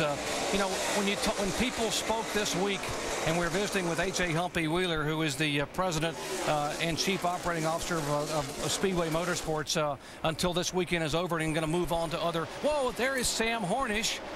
And Hornish is nosed into the wall, got a little bit of a little nudge from behind, it looked like. Yeah, it looked like somebody caught him right in the corner there. Need to look at a replay to see exactly what happened. But boy, he's killed this car in the front end. Oh, he had such a good car early. They put 2 tires on. Well, let's see if there was there contact or not. Let's see if we can see if he did get a hit from behind or not. Or the car just snapped around on him. No, it looks like he just got real loose coming up off turn 2. The thing snapped around so fast, I thought maybe somebody had caught him in the corner. You know, he was talking earlier. They put 2 tires on last time. He was complaining about that. The car started slipping backwards. He spun out. But I tell you, this car is just not tight enough right now. That's what caused this whole problem. Transitioning from the day to night is giving these guys a problem, Andy. It does take some patience to get through this phase. This might be the right setup for later in the race, but right here, you can see the car's just too loose. Why was it last year we saw everything off of turn 4, and thus far tonight it's all been turn 2? I don't know, maybe that's where Humpy put all the bear grease. Rusty knows a little bit about that. Humpy, I got to ask you one thing. I mean, this track off of turn 4 and turn 2 seems like there's been a lot of action, a lot of problems. Be honest with me now. Is it designed that way? Well, let's put it this way. It's got some character. I've seen you get pretty sideways, Rusty, but you've had managed to save him. Matter of fact, I think one of the worst wrecks we ever had down here was when you went down in the water barrels that time and got real wet, remember? I do remember that. I got real wet down there. And I remember when you had the big bump going into turn 1. We used to call it the Humpy bump. Yeah. Now you took that out, and now you brought the action back to turn 2 and 4. So we just keep moving it around. I'm up to what you're doing. I'm all over you, man. You know, Humpy Wheeler, well, a lot of the drivers commented this week, but Richard Petty, I said it best. He said Humpy Wheeler always held true to the notion that it was the fans who drive this sport. A lot of people in the sports over the years have lost touch with the fans. Humpy Wheeler never did that. He loved being a part of what was happening with the fans and also the drivers, and this guy in particular. Remember David Reagan? One of the things Humpy always did was invited young drivers to come over and box him. What the drivers didn't know, and I got that invitation one time, I said Humpy was a 12-time Golden Glove winner as a boxer. I am David Reagan. I've become good friends with Humpy Wheeler. My dad works for him at the Lowe's Motor Speedway. About 2 years ago, he said, come over to my house and, you know, we're going to start boxing. We'll see how tough you are, and it's going to toughen you up, strengthen you up. You know, you'll be ready to run 500 laps at Bristol before you know it. I don't want to say Humpy's an old guy, but he's 64, 65 years old, and he throws some pretty hard punches. He's kind of pumping me up. Good job. 50 laps to go, Bristol, you're running third. You know, you got to go for the win, and so that gives you a little extra drive. It's a lot of fun, and it's a good time to hang out with Mr. Hunt. Welcome back to Lowe's Motor Speedway. We are 70 laps in of 200, which will comprise this NASCAR Nationwide Series Carquest Auto Parts 300 here tonight. Working caution for the fourth time, the 12 car of Sam Hornish getting loose and tagging the wall. Hornish, a former leader here in the early laps tonight.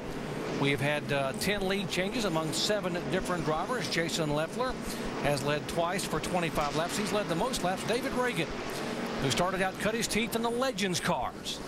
Here at Lowe's Motor Speedway, his dad, you know, certainly a noted NASCAR. Ken Reagan, a NASCAR driver in the short track ranks and Cup Series, now runs that Legends program and is a major part of that success. Joined by H.A. Humpy Wheeler, who announced this week he'll be leaving the racetrack here in his 33rd year, as we'll visit with Humpy again in a moment, as soon as David Reagan brings him down and takes the green flag.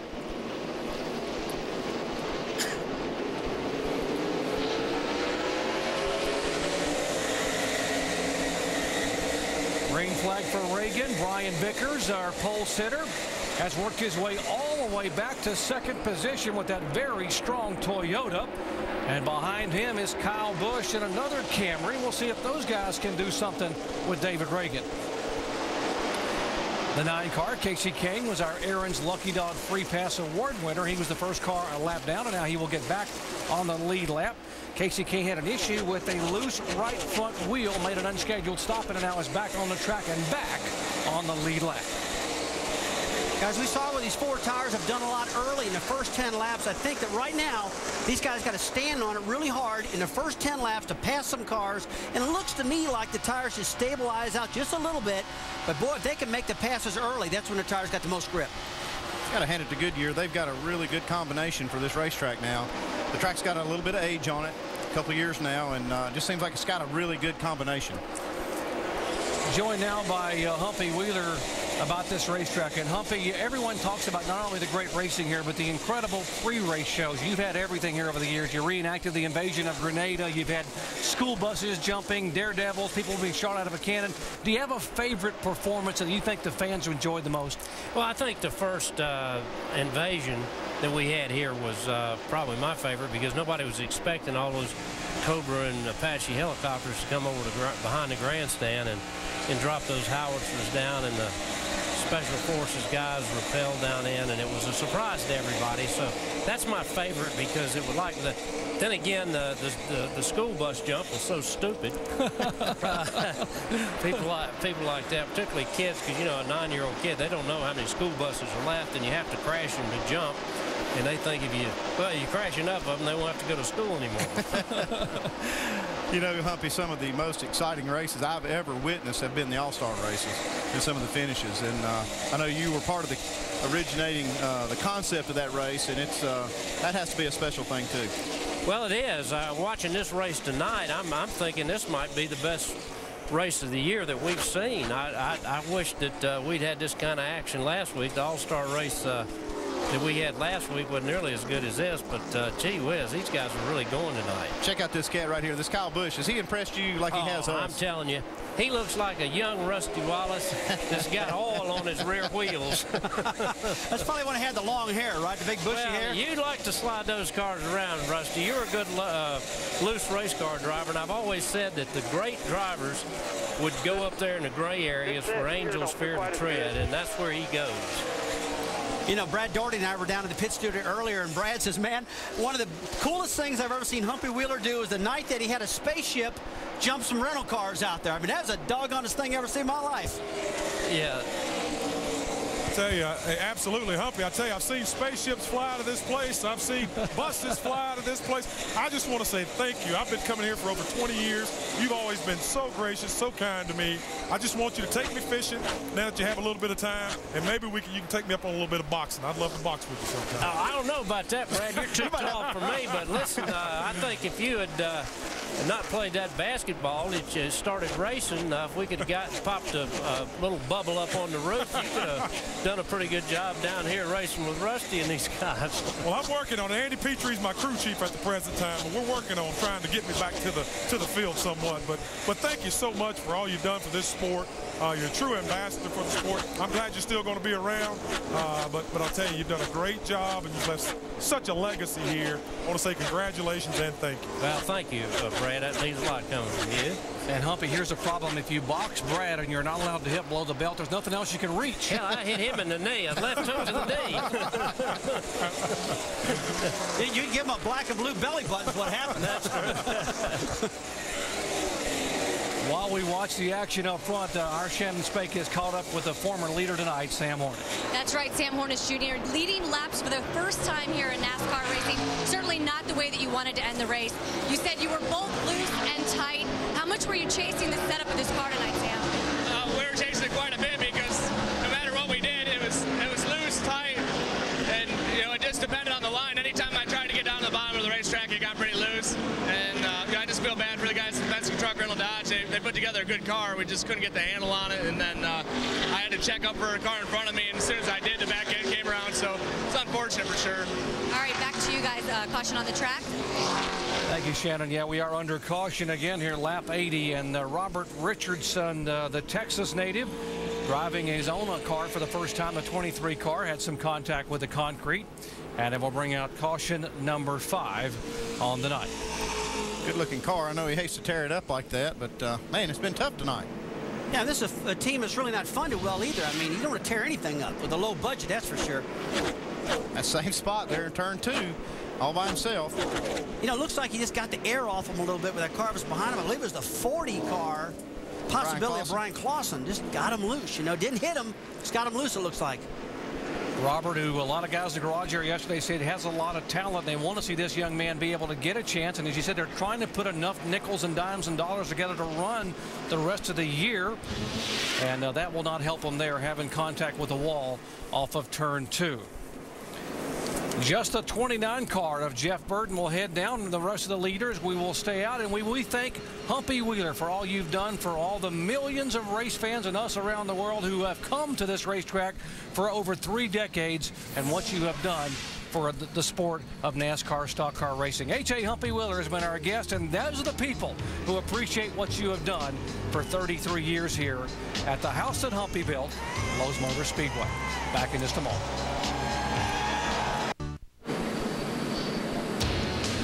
NASCAR Nationwide Series 300-miler tonight at Lowe's Motor Speedway, Charlotte. Coming up on halfway, and Kyle Busch is the race leader. No shock. Not a surprise at all, but I'll tell you, David Reagan's run a good race and kept himself up around that front. I think it's going to be a big night for Mr. David Reagan. Reagan running second behind that man in the 32, Kyle Busch, as we look at our Holiday Inn Express race summary. Some of the facts and figures on the night so far here at Charlotte. While you watch some of those numbers come by, I want to talk about Dale Earnhardt Jr. sitting in the 4th spot right now. He is our in-race reporter tonight. And for Jr., been a steady, kind of solid night. He started 10th, been in the top 10 all night, in the top 5 for the last little while. Got to be happy where he's at. Seems to have a really good race car. They've had some good, consistent runs, and he's inching his way up towards that front L83 car with Earnhardt Jr. in it. Looks pretty tough. He is our in-race reporter for the night. During this caution, we listen into this conversation between he and crew chief Lance McGrew. Kelly wants to know, do you just feel like chit-chatting or what? Yeah. I'm having a good time, man. I mean, the car's good. This set here don't feel quite as good as the first set or the second set, but we'll see. 10-4, they actually looked on paper like they'd get better all night. I mean, that's how we set them up like usual. But if they start, definitely, you know, if we're going through a phase where the track's changing, let's keep up with it. I'll try to stay on you about every 15 laps and get an update. Simple. It feels like to me we're losing more spring rate out the right than the left. 10-4. So the feedback from Dale Earnhardt Jr. to crew chief Lance McGrew after they decided not to pit under this caution flag. Jeff Burton was the first of the leaders who did, came off the track 7th, came back onto the racetrack in 20th position. And speaking of 20, the Joe Gibbs Racing 20 car trying to keep that winning streak going. Yeah, Denny Hamlin's had a good run thus far. He's keeping himself, like I said about the other guys, up near the front, giving himself an opportunity, and had a good run going that last run. Let's see what this set of tires do for him. I think Denny's going to get up front and lead some laps here. You know, it's that whole clean air theme has been an interesting thing over these 2 weeks of racing at this speedway. It'll be interesting to see if that 20 car gets up front and has clean air, if he can take off and run away with this thing and keep that winning streak going for Joe Gibbs Racing. Memorial Weekend, of course, and a Salute the Troops program ongoing this weekend at the Speedway. Mike Massaro has more from pit road. And that's right, Alan. We just caught up with the Senior Vice Commander-in-Chief for the Veterans of Foreign War, Glenn Gardner. Thanks for being with us. What do you think of the way the veterans are being honored this weekend by the NASCAR stars? I think it's great. We appreciate Lowe's and all the fans that are supporting our veterans and letting them know, the young men and women, that we appreciate what they're doing every day to preserve our freedoms. Well, Doc, as you know, this is all about the veterans. Let's go back to racing.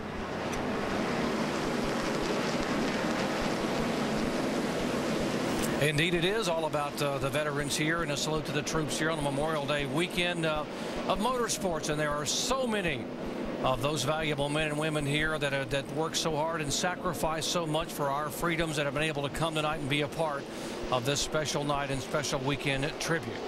Kyle Busch will lead him down to the green flag. 85 of 200 laps are in the books. And again, Kyle, a two-time winner here in NASCAR nationwide competition, has never won here in the Cup car, trying to get win number 3. There is the 83. Speaking of never winning here, Dale Earnhardt Jr. flying the Navy colors, now sliding back into 4th position. I'll tell you what, when he says his car feels real good to him, it's driving really nice, and that's got to be a good feeling right now, because Dale Earnhardt Jr.'s had some bad cars, he's had some good ones. And when he said this is good, must be real good. Comes David Reagan, that 6 car. Just doesn't look like to me that we've seen anybody that's a clear favorite so far. It's just been a great race. Hey, well, we talked earlier in the broadcast about who might be our dark horse. I said David Reagan because Andy's just been so strong all week long, and week after week, he doesn't tear up cars. He keeps the thing up front, and Roush has really got to be happy with this kid right now. He's definitely coming into his own, but he's got a tiger by the tail here with Kyle Busch. It's not going to make it easy on him. Jason Leffler on pit road for 4 tires here under the green, and costly time by Leffler, who had already led twice for 25 laps. 14-second unscheduled stop for Jason. We'll update you on his situation here momentarily. Side-by-side action up front, and it is Toyota for Busch and Ford Fusion for Reagan. Busch and Reagan sounds like a political rally here, but David Reagan on the inside. Young man trying to get his first ever victory. Began racing on this racetrack on the small track at the age of 12 in Bandoleros. Dale Earnhardt Jr. going beneath David Reagan to take his 2nd spot away. The 83 car of Earnhardt Jr. has yet to lead a lap tonight.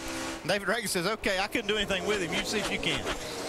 Yeah, you work him over right now. He's got all that Toyota power under the hood, but I tell you, it's got to be feeling good right now, being Dale Earnhardt Jr. driving your own car and running this good. A lot of pride in that, guys. There really is. And how much would he like to win one here for all the folks that are here, for the Navy and the people that are watching and the ships at sea all around the world as they watch this telecast tonight. Dave. And just think what Junior as a team owner has gone through in the last 2 weeks since Darlington. At Darlington, they had 10 cars that would have raced in this race in their inventory. After Darlington and after the Monday test here, they were down to 6. Mark Martin wrecked twice at Darlington. And they lost a car of Brad Keselowski's, and then David Green in this very 83 car testing here. They were down to 6 cars. They needed 6 cars cars to come to this race. They barely had them, and they went through all that trauma just to get this third car in the race, and now Junior is fighting for that lead. Talk about effort equaling results. This team has worked so hard, and and if you just joined our coverage, Dale Earnhardt Jr. is our in-race reporter. We'll be visiting with him as we have already throughout tonight. Lance McGrew on the pit box. Lance, by the way, was on the pit box early in the year when Mark Martin won at Las Vegas to give this team, Junior Motorsports, their first ever victory. And, of course, maybe the magic is back tonight. Well, he's got some magic going on right now, but, you know, thinking back at it, they had an off weekend last weekend. They ran Darlington, Nationwide Series had an off weekend, and thank gosh they had that. They're able to get these cars put back together because, man, he could have been out of time and no cars here. Jimmy Johnson inside this 10 car, Brian Vickers. These guys have a great race going on. That's what I love about this racetrack. It's got grooves all over it. You can run high, you can run low, you can run the middle. And, you know, if there's anybody who knows about what you just said, Andy, it's got to be Jimmy Johnson with winning that many 600-mile races here in Charlotte. I mean, this guy knows what this track's going to do, no matter what he drives. He knows every square inch of Lowe's Motor Speedway. Jimmy Johnson, a 5-time winner here. They almost had to rename the track Johnsonville. Of course, it's Lowe's Motor Speedway. Pretty good, the fact that that's the same sponsor he carries on the side of the car. And he makes his debut tonight in the 2008 NASCAR Nationwide Series in the 5 car. Shannon. Yeah, Doc, you guys were talking about Dale Earnhardt Jr. wanting to go to victory lane here. Well, I can guarantee that the guy behind that number 5 car, Jimmy Johnson, would love to go to victory lane here in the Nationwide Series. Now, I spoke with Johnson before he got in the car, just asked him what it was like going from the Cup car to this Nationwide car. And although they're very different, he said this car, a lot more downforce, as we know. He says that I can be a little bit more aggressive, similar to the downforce that we saw in the Cup cars last season. He says it's a lot of fun to be able to go all out. And if this 5 car would go to victory lane, that would make Dale Earnhardt Jr. happy too, because that's his. He owns the car.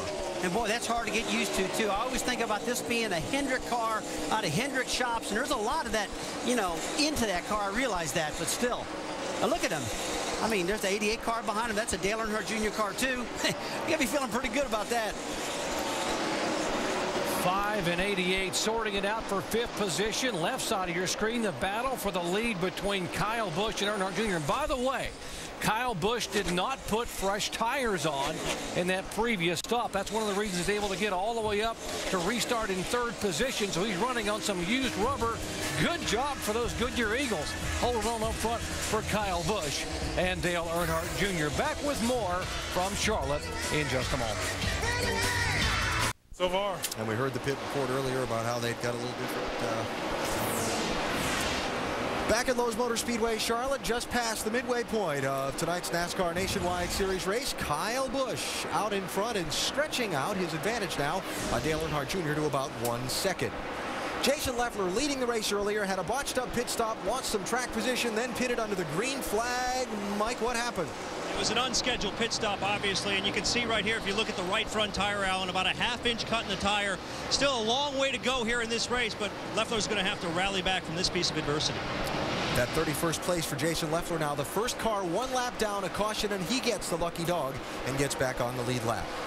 Now let's go up to speed with Nationwide Insurance and check on some of the front runners. We start with the race leader, Kyle Busch, and go back to Mr. Massaro. Michael?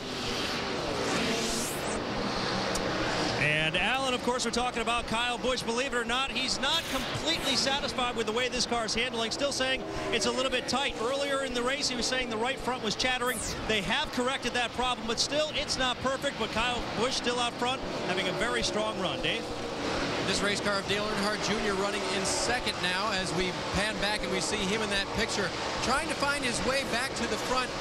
Was looking a little bit earlier at a situation maybe with his right rear tire getting a little bit of abuse, but that seems to have gone away and he stays at the front of this pack. The 20 car of Denny Hamlin thought he had a right front flat tire. That was at the run before this last caution. They thought maybe the caution came out at just the right time. They could come in and check it, and then Denny reasoned it, said, no, I think it was just low air pressures. So once the air pressure came up, the car seemed to be okay, and since the last restart, nothing's gone wrong for him. Shannon? Well, Dave, Jimmy Johnson's last pit stop on lap 62, he took 4 sticker tires.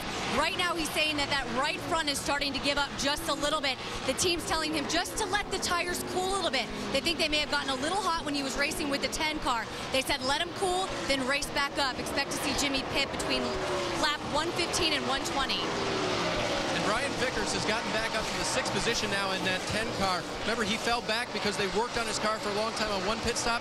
They had a 2-tire stop on the last time they came down pit road. That gave them lots of track position, and now Vickers looking to the high line to try to make up some ground. Alan? So those are your top 5 with, as Shannon mentioned, pit stops probably about 15 laps away if the race stays under the green flag. Kyle Busch, the race leader, looking to add on to an already impressive win total thus far in the 2008 NASCAR Nationwide Series season.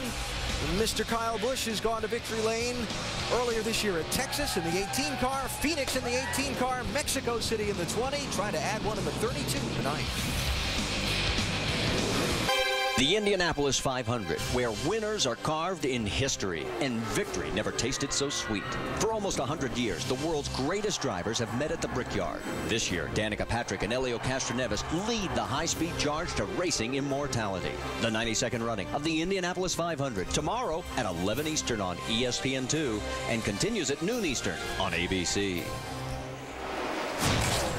And what an Indianapolis 500 it should be. 4 former winners. How about for the 2nd year in a row, 3 women in the field. Danica Patrick, of course, you see there Sarah Fisher, Milka Duno, all 3 starting, all 3 very talented and capable. Could we see history made in the 92nd running of the Indianapolis 500? How about the great names that are there? Remember, there's a Foyt there, Anthony Foyt, Marco and John Andretti, and a 19-year-old Graham Rahal, already a winner this year. How about a 19-year-old possibly having a shot to win the Indianapolis 500? It could be, it will be a great show at Indianapolis Motor Speedway. Coverage beginning at 11 a.m. Eastern Time on ESPN2 and noon on ABC. That was amazing when Danica Patrick went over there in Japan. I mean, you just knew it was going to happen anytime she finally pulled it off. And I hear she's really fast up at Indy, so I bet she's going to have a great race tomorrow. Yeah, how about the Ganassi cars? 1-2. Scott Dixon has been so strong all week, all month long. And, of course, Dan Weldon has already won it there in the middle of row 1. Here at Lowe's Motor Speedway, it is Kyle Busch, who's been one of the hot drivers here in NASCAR. He has 8 total wins in competition among NASCAR's 3 major touring series. 3 of those wins have come here in the NASCAR Nationwide Series. Now, the guys who are atop the points are the points leader here, Clint Boyer, and, of course, the guy who's the reigning series champion coming into tonight, Carl Edwards, back in 3rd. Neither one of them have been a factor here thus far tonight in this race in their first 115 laps. Been keeping an eye on both these guys, and Carl Edwards especially. We see this 2-car Clint Boyer. He's actually in 11th spot, but Carl Edwards is 16th. He's not even in the top 15, and he's really not made any headway going towards the front. Dave, more on Carl Edwards? Yeah, remember they had the problems early with the car being very, very loose. It went very, very tight. They spent time on pit road trying to fix this race car. They closed off the right front shock at one point just to try to get it to work right, and they still don't have the car where they want it to be. Not where they want to be in terms of fighting the JGR cars and getting Carl to a championship tonight in Lowe's Motor Speedway. I'll tell you what, guys, I'm sitting here watching these laps, these lap times. We're at lap 117 right now. There's a handful of these guys do enter just a couple laps, and Kyle Busch is one of them to pit. So, I mean, it's going to be a real shootout between the guys that pitted on lap 63 versus the one that pitted last time on lap 82. So, Andy, this is a crapshoot. Yeah, you got some of these guys that can stay out there a few more laps that made pit stops under that previous caution flag. That could just shake things up. You know, if it cycles out green, it's no problem. But if we have to get a caution in between that, it can shake it up. Jimmy Johnson in the 5 car being shown in the 5th position, making his debut in the NASCAR Nationwide Series. We're told he'll run 3 times this year. He'll run, of course, the track here, Lowe's Motor Speedway, and also out at his home track. He grew up in El Cajon, California, run out at California Speedway. I'm really impressed with what Jimmy's done so far. We all know he's a great race car driver, but this is the first time that he's actually driven in this Nationwide Series on the same weekend when he's running his Cup car, and that's a lot of difference in these cars. You know, that car tomorrow's a lot different. This is the first time that Jimmy Johnson's really experienced that. The top 14 cars will be on pit road momentarily, so we're going to take a quick break and come back and cover a critical pit stop here. It'll be about 75 laps to go here at Lowe's Motor Speedway. Stay with us, back in a moment. Welcome back to Lowe's Motor Speedway. There's the damage on Brian Clausen's car, the 18-year-old Indiana rookie, bringing out caution for the 6th time tonight. And a pretty heavy damage on his Dodge. I'll show you what happened to Brian here up in the corner. He just loses it just like some of these other guys have off that corner. Yeah, it looks like he got the right rear tire right up in the dirty part of the racetrack. You can see when the track's black and then it gets gray. That means when you get in that gray, you're out of the groove, and that's where he got. Well, bad news for Brian Clausen as you see his car coming back, but maybe even worse news for three guys who had already been on and off pit road, had made pit stops. Mike Bliss, Chase Miller, and the 5 car of Jimmy Johnson had already made a pit stop. Now here come the other leaders under caution to pit road. Mike. And Kyle Busch heading down pit road. His only complaint, the car a little bit tight. They're going to make an air pressure adjustment, taking a pound out of the left front. They're also complaining the car's been running a little bit hot. They contemplated taking some tape off the front of the car, but have decided against it. They do not want to change the handling characteristics on this car. 4 tire change in fuel on Kyle Busch. Dave? Dale Earnhardt Jr.'s car, center of your screen. They'll take on 4 tires. No changes. The car is good. Same thing for Brian Vickers on the bottom of the screen. I think they're going to make an air pressure adjustment because that car would not turn in the center of the corner. Junior leaves pit road. There goes Vickers off. And the race off of pit road, Brian Vickers will get there first and gain a couple of spots. Brad Keselowski, great pit work there for Tony Eury Sr. and crew. Greg Biffle gaining a couple spots. Kyle Busch, lengthy stay, 4 tires and a bit of an adjustment. They did not put tape, as you heard, on the car, and he will lose 7 positions. Working caution for the 6th time tonight here at Lowe's Motor Speedway. Back with a restart in just a moment. Welcome back to the Carquest Auto Parts 300 here under caution for the 6th time tonight at Lowe's Motors Speedway. Great crowd on hand, and this caution flag, by the way, a big break for Kevin Harvick. He becomes the latest Aaron's Lucky Dog Free Pass Award winner. He will get back on the lead lap. There is the 2-time series champion, and he will get back on the lead lap and put us now with 25 cars on the lead lap. Issues now in the 32 pits. We showed you that on the race off of pit road that Kyle Busch lost 7 positions in the pits. Here's what happened. Now watch the Jackman. See these guys making their routine stop, and they just didn't get the car high enough. Got it high enough to get this tire off, but you see the right rear tire changer trying to get the tire on. Has to get it another pump from the jack.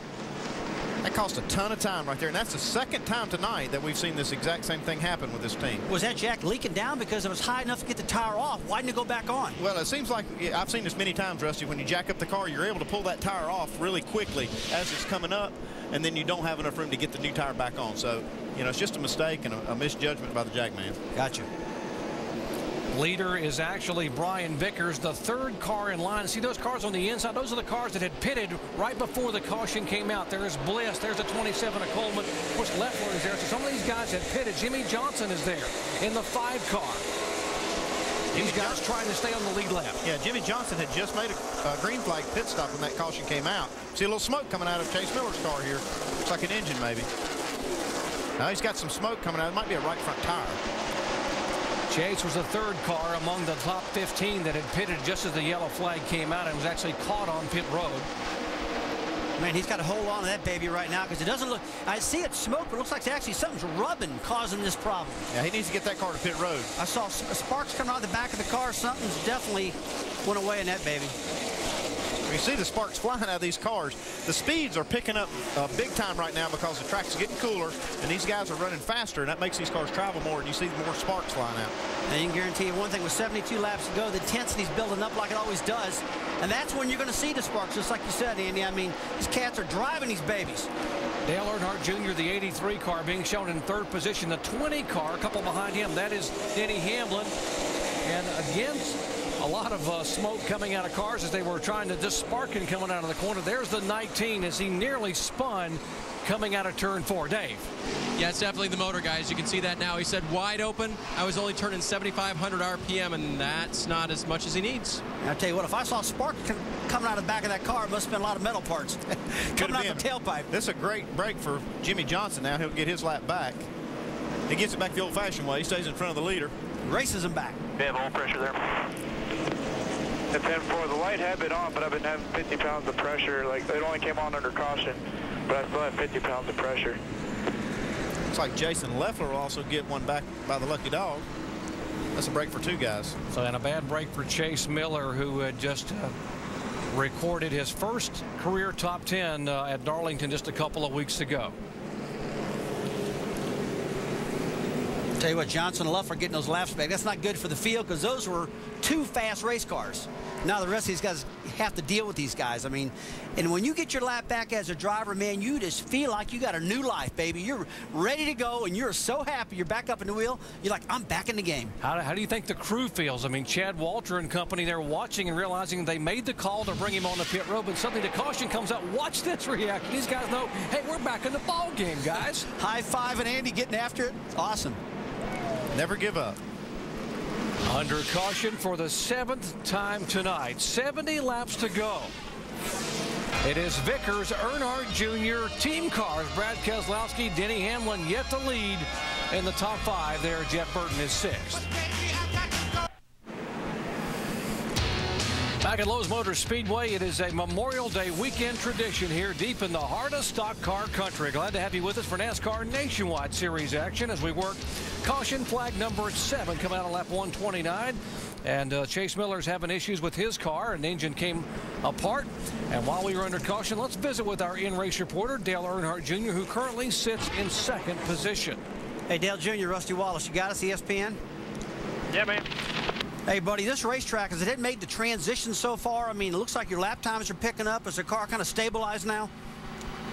Well, the car's gotten looser as we put the next set of tires on.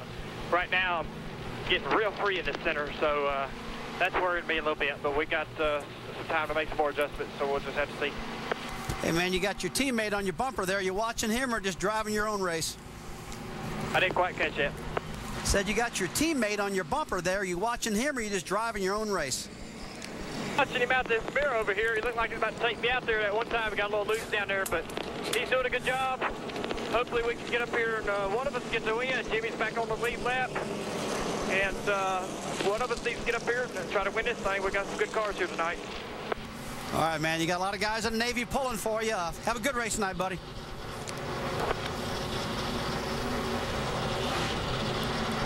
Hey, Lance McGrew, Andy Petrie, you got a copy? Yeah, 10-4. Hey, Lance, we hadn't seen a real clear favorite tonight. Who do you think you're going to have to beat to win this thing? Kind of hard to say. Track position means a lot right now, and we're gambling to get it at the end here. 10-4, they're coming around here to get the green, and your car looks really good, so you might have a shot at this thing. Good luck. 10-4. The 83 car, by the way, that Dale Jr. is driving tonight was the 5 car that Mark Martin won with at Las Vegas. Remember what happened in the final 5 laps there? The contact between Martin and Carl Edwards, and it took out the 88 car of Brad Keselowski, who people thought might get his first win. So that's the car with a different number on it that actually got him in Vegas as an accident, of course, and he's following now. And Jr. says he almost took me out. That wouldn't be too smart unless they actually were going for the win. Yeah, you don't spin out the boss at all. That wouldn't be a good move. Okay, pace truck pulls off. We'll see if Brian Vickers can hang on. His Toyota got a couple of eager Chevys right behind him, Earnhardt Jr. and Brad Keselowski.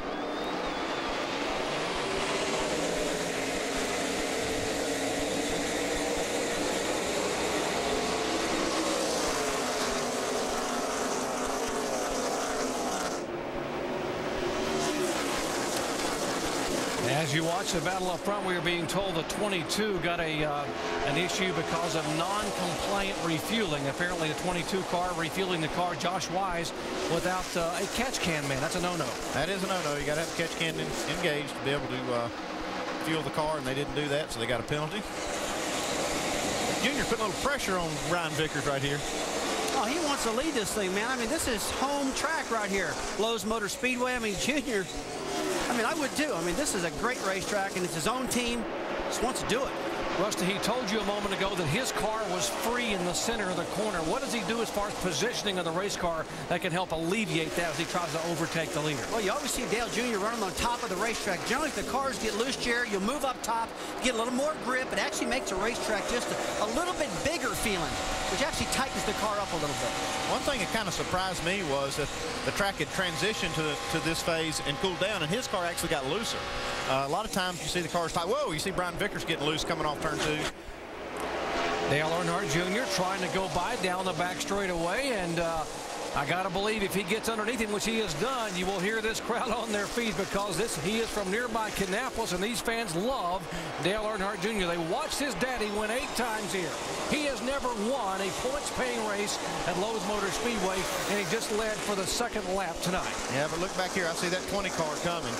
This is the most life I've seen out of him all night. Looks like they've got that car ready to go now for the phase of the race that actually pays. We know there's some of these guys are going to try to make it on field with 63 laps to go. That's stretching it, but if they get some caution laps, some of these guys can actually make it. And let me remind you folks, that guy in the 29 car is no slouch here. Jeff Burton is a 3-time winner here in both Nationwide and Cup. He has won 6 times, and Mike, he's starting to feel his oats a little bit here in the late laps. And you know what? He's had to deal with a little bit of adversity too, Doc. Back on lap 27, during a pit stop, the jack broke. They lost 14 positions, restarted 24th, and have now rallied to work their way inside the top 5. Don't count this team out just yet. Speaking of team cars, how about Brad Keselowski saying, okay, you hired me to drive, you hired me to win, that's what I'm going to try to do, so I got to go by you. And this is for the lead, baby. How about the 88 car, Dave? And Junior, I was listening to Junior on the radio, he said, man, that's a pretty sight. That's his team car taking the lead. And earlier today, Pop Siri told me that Brad had a pretty fast race car. If they can keep it under him all night long, they'll be fine. And now he takes the lead. And Junior watching. A lot of discussion this week, Dave, and a lot of the guys talking about Dale Earnhardt Jr. maybe taking the 88 car and going to a NASCAR Sprint Cup in 2009. I said we're going to have to invest in new cars with the COT maybe coming to the NASCAR Nationwide Series. He might make the move. Right, Rusty, why would he do that? Well, Jerry, right in the middle of next year, they're going to make a transition from the current Nationwide car to the new COT. A lot of teams aren't liking that because it's going to cost them a lot of money. I went from Dodge to Chevrolet. Andy, you know this well. It cost me $3 million. Junior's thinking, hey, if I got to spend all this money, I'm just going to go to the Cup level. And believe it or not, it's almost easier to find sponsorship in that rank than it is in a Nationwide Series. So he's got a real decision to make. But I'll tell you what, this thing is costly building these new cars. Some of the things I've heard out of Dale Jr. is that, hey, it doesn't cost a whole lot more to build Cup cars as it does to build Nationwide Series cars. But one thing it does do, it costs a lot more money to run the Cup Series than it does this series because of all the programs you have to have in place. So, well, I'll tell you what, he'll have a tiger by the tail when he gets onto this Cup Series. Totally agree with that, Andy. Let me ask you a question, though. The cost of the car, building one Nationwide car versus a Cup car, is it exactly the same? It's virtually the same thing. That's not really where the expense comes in or the difference in the expense between the two series. It's just because of the competition level in the Sprint Cup Series is so high that you have to have all these aero programs and chassis programs and engineers and people everywhere, testing programs that you don't really have to have in this series to be competitive. And by the way, the purse for tonight's Nationwide race, $1.2 million. The NASCAR Sprint Cup race tomorrow night, $6.67 million. Big difference there in what you're going to make in the race. There's the 7 car. I guess he had some issues, had a frightening moment a moment ago. Yeah, he's having some struggles right here. I don't know what's wrong, but he's been struggling with this car. See, like 3 wide coming off the corner. Gets a little nuts from Kyle Busch. That might be one of his issues. I started to say, baby, that is tight right there. That's when your cars really get loose, when you got a bumper under your back ears. 7 and 5. Good save, though. Hurry. You're clear. You're clear. Cool thing, Mike had enough real estate right there to let that car slide out and hold on to it, because that was a big moment right there. Mike being shown in 17th position, by the way, still on the lead left. Good run for his car number 7, the Geico Toyota. And Mike trying to hang on. He's currently 9th in the points and steadily moving up in the series point standings. And the way he moves up in the standings is keeping this car going the right direction. He did a great job right there keeping that car going straight. Shannon? Yeah, guys, Mike Wallace is having a great season. He got his first DNF 2 weeks ago at Darlington, but this team is really happy where they are. Mike Wallace said coming into this season that he wanted to be consistent, he wanted to be competitive. He really feels that he's there now. And they're just looking to raise the bar a little bit higher and get Mike Wallace into the top 10. Mike Wallace running full-time for the 2nd consecutive year here in the NASCAR Nationwide Series. Told me in the garage here yesterday, he said, I remember my first time here, I got to drive my brother Rusty's car. He had a car for Kenny, and I got to drive that car. It was a Pontiac number 93. He said, I'll never forget how well we ran and how much I enjoyed this racetrack. It's one of my favorite places to come. Obviously, these teams love showing up here in front of the hometown fans and sponsors. 54 laps to go. What about the 88 car looking for his very first win in NASCAR nationwide competition? Dave?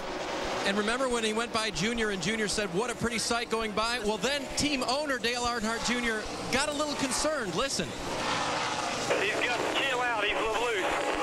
He's doing great. If he'll back the corner up maybe 1 foot, he'll have the grip off. Just leave him on. He'll do it. He's doing all right.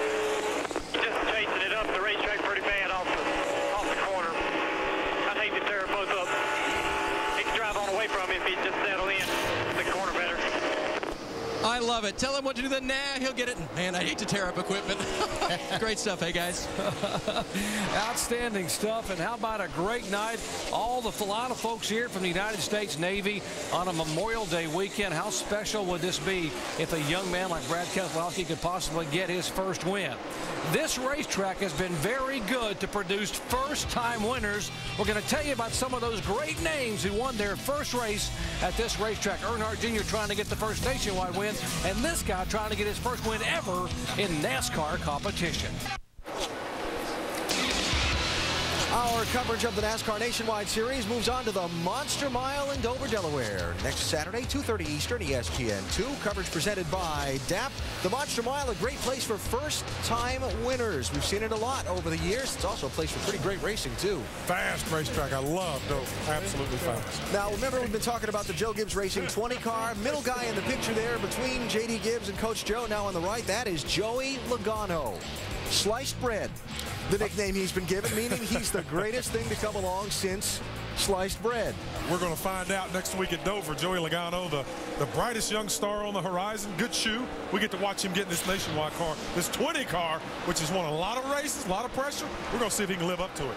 That was the birthday cake celebrating Joey's 18th birthday today. That means he's now legal to run in the top-level NASCAR touring divisions. Makes his nationwide debut at Dover next week. Now, things are beginning to get a little crazy and a little murky where the strategy picture is concerned for the end of this race. Looking at Kyle Busch, remember he was the leader earlier, had the problem on the pit stop at lap 124 where the jack wasn't up high enough. It dropped him all the way back to 8th place in line. Then on that last caution, he came in and topped off the fuel with 69 laps to go. Yeah, he took no tires. Came in, topped off fuel, but we saw him lead the race, and he was 2/10 quicker than the field before the previous caution out front on old tires. So I think they've got a great handling race car, obviously. It's going to be interesting, though, to see where he winds up. You get about a 50 to 55 lap window on fuel, Alan, so he's going to be a little bit short. Counting on having some more cautions and not pitting under those cautions to make that fuel last to the finish. Now, just a little flashback, perhaps, to Richmond. Remember that night? Yep, he runs up and gives Stephen Wallace a little tap. And I tell you, Stephen Wallace showed a lot of maturity because watch him get back in the gas real hard here. He thought about it. Yeah. But it would have been a wise move. Kyle tapped him on the straightaway. Just a little love tap. Stephen didn't want to tap him in the corner and wreck him. That's a mature move by Stephen Wallace. We have had 7 cautions thus far. Remember that both Brad and Rusty said it'd be 10 or more cautions in this race. And Doc, I think Kyle Busch is going to need 10 cautions to have enough laps to make it to the finish on fuel. Exactly, Alan. In fact, we're doing a little calculating up here. We got our crew chief working his calculator, and Andy Petrie, if we stay green, how short will he be? Talking about Kyle Busch. Yeah, if it stays green, he should wind up about 15 laps short of making it to the finish. But Kyle Busch made a pit stop there and got some fuel, and he has to go about 69 laps, and that's about at least 5 laps short of being able to make. Oh, now we got a caution. This will change it. 9 car of Casey Kane. Kelly Byers involved. Those cars spin and come into contact, and that will totally change the complexion of the fuel strategy here. These 2 cars were battling for 12th position, and Casey Kane with his palm turned up saying, hey, what gives here? Trying to, we'll find out what happened. Right there. Set inside. He should have given up the spot, though. 8th caution flag tonight, lap 159. Good thinking there. Getting to that point of the race where bring it to us here. there's less give and take. Boy, when you get less laps out there, 41 to go, I mean, you get it on, and boy, Casey get down in there and just start running out of room on the bottom of the racetrack. And yeah, Kelly definitely squeezed Casey Kane down to the bottom of the racetrack. Did not give him near enough room. Guys, I think that was just a racing accident right there. I mean, there's 2 cats going for it. Casey just ran out of room on that one. I'm not sure that the 47 car, Kelly Byers, saw Casey under him there. Because he just turned to the bottom. That was unbelievable. I mean, Two good cars into the wall, and Casey just, and look at Stephen Wallace go by, misses about a foot. I mean, that could have been a big one right there. So this totally changes it. Andy, I got to ask you a question now. You look at Kyle Busch. He was trying to make it on fuel. They all going to come down now? Yeah, you'll likely see it. You'll see all the leaders come this time, at least to get topped off with fuel. They won't come this time because the pit road will be closed. You got a big mess there to clean up. These cars will come down pit road even though it is closed because they're crashed, but the leaders will have to wait till it opens. Again, these cars were battling for 12th and 13th position. They both were in the chase in terms of the hunt of getting a top 10 finish. Casey Kane, there's Kelly Byers, who's running full-time in the NASCAR Nationwide Series. Kelly came in here 14th in the points. He's had a struggle the last few weeks after having a good beginning to 2008.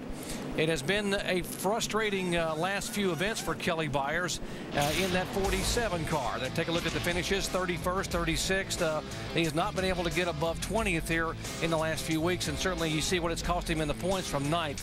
He slid all the way back to 14th, and that will further drop him tonight behind the wall getting work on the car. He had a great car at Darlington and got caught up in that late race crash, and then here he gets caught up in another kind of a late race crash too. So tough break for Kelly. It is a tough break, and don't give up on this kid because of these results you're seeing right there. He's a lot better than that. This kid's a good driver. He'll get back. This is why they closed pit road. One of these crashed cars came down through here leaking a lot of fluid, and these guys had to clean it up, and they didn't need everybody on pit road while they were trying to do that. And they especially didn't need them on pit road with all this oil and water on the racetrack and on pit road. Well, you got to believe they're going to bring the jet dryer out, at least probably the sweep truck, to try to get that oil up and then blow it off, because if these guys come down pit road with all this mess, this could be a disaster. There he comes. Here comes your sweeping truck. Well, you know that the jet dryer wasn't going to get it done. That just blows off the debris that's there. This oil is going to be ground up and dried up, and that truck will do it. There's Kelly Byers walking away and frustrated back toward the garage area. Now we are under caution here for the 8th time. Let's listen in and see what maybe our in-race reporter, Dale Earnhardt Jr., and these guys are going to do on this pit stop, this critical pit stop coming up. Just do to 2, I reckon. 10-4, 10-4. We're going to do 2 in 1 can. All we need 7 gallons. 2 tires, 1 can of fuel. Andy, we've seen the fact that no tires really helped Kyle Busch a little bit ago. What's the deal with 2 tires instead of 4? Well, I guess Lance McGrew feels like the 2 tires are going to be just a little bit, worth a little bit, and they got to put 7 gallons of fuel in. They can do that in just about the time it takes to change those tires. So it would make sense if they think it'll help to go ahead and put tires on too. Under caution here as we're going to wind this one down. We have 38 laps to go. Good crowd on hand here. Memorial Day weekend. It is a tradition here deep in the heart of stock car country. And these aerial shots provided by our good friends at Goodyear. For track-tested technology, get there with Goodyear. And you just got to wonder. I mean, he had 36 laps on his tires. Dale Jr. has. I mean, that's a lot of laps just to think about 2 tires, don't you think? This tire holds up real good, though, Rusty. I've talked to these guys, and I actually talked to Lance McGrew. He said they ran, I don't know how many, 35 laps, and they had 0 wear on the right front tire. So the tires are really holding up well. I guess I keep thinking back to Sam Hornich when he put 2 tires on it, and he spun and he was screaming. He said, I hated that. I wish we wouldn't have done it. But again, if he keeps that baby up front and that clean air, that track position's everything. Rusty, from a driver's standpoint, what's going through Brad Keselowski's mind? I mean, here's a young man who got the opportunity of a lifetime to get to drive for Dale Earnhardt Jr. and the Navy. You know, he's a very patriotic young man, and here he is just, 38 laps away from what could be the biggest night in his career thus far in his first win. Jerry leading here at Charlotte, Memorial Day weekend in the Navy car, right here in Charlotte. Dale Jr.'s car doesn't get any better than that. If this guy can pull this thing off, I mean, that would be the highlight of his career, that's for sure. Here he comes down pit road. His pit road will be open. They're trying to get the sweeper out of the way as the cars will come down at 45 miles per hour, headed toward you, Mike. And Doc, with some inconsistency in the tires this weekend, some of these teams have earmarked their best set of tires for this stop. That's what the 29 team has done. They're going to bolt on a 3-lap set of scuffs. 4 tire change in fuel. Car just a little bit loose, but you know, Jeff Burton likes a very loose race car. No chassis adjustments on the 29. Dave? Middle of your screen, leader Brad Keselowski says the only thing I don't want is fuel only. They'll give him 2 rights and fuel, send him on his way. Dale Earnhardt Jr., 2 rights on the bottom, but they're looks like they're a little slow on the right front. Now they get him pushed away, 83 away with 2 tires as well. There's the race off of pit road. You see the guys that have gained. Hamlin and Boyer. Keselowski back a couple of spots. Leffler up 9. How about a couple of cars that stayed on the racetrack? Now, Greg Biffle stayed on the track, as did the 32 car of Kyle Busch. And we'll update their strategy and why they're doing what they're going to do. Remember, Kyle Busch did not change tires the last time we had a caution flag. What are they thinking? We'll tell you when we come back to Charlotte in just a moment. Back at Lowe's Motor Speedway, getting set for the restart here with just 36 laps to go, and the drama beginning to build here. Kyle Busch did not pit. The 16 car of Greg Biffle did not pit, and the 22 car also stayed out, and that is Josh Wise. And we're going to see what's going to happen. The first car that pitted back in 4th position, Denny Hamlin. The 20 car did not take tires, made an adjustment, and now he's going to try to make an adjustment in the standings as the 20 car slides beneath the 22 to take the spot away.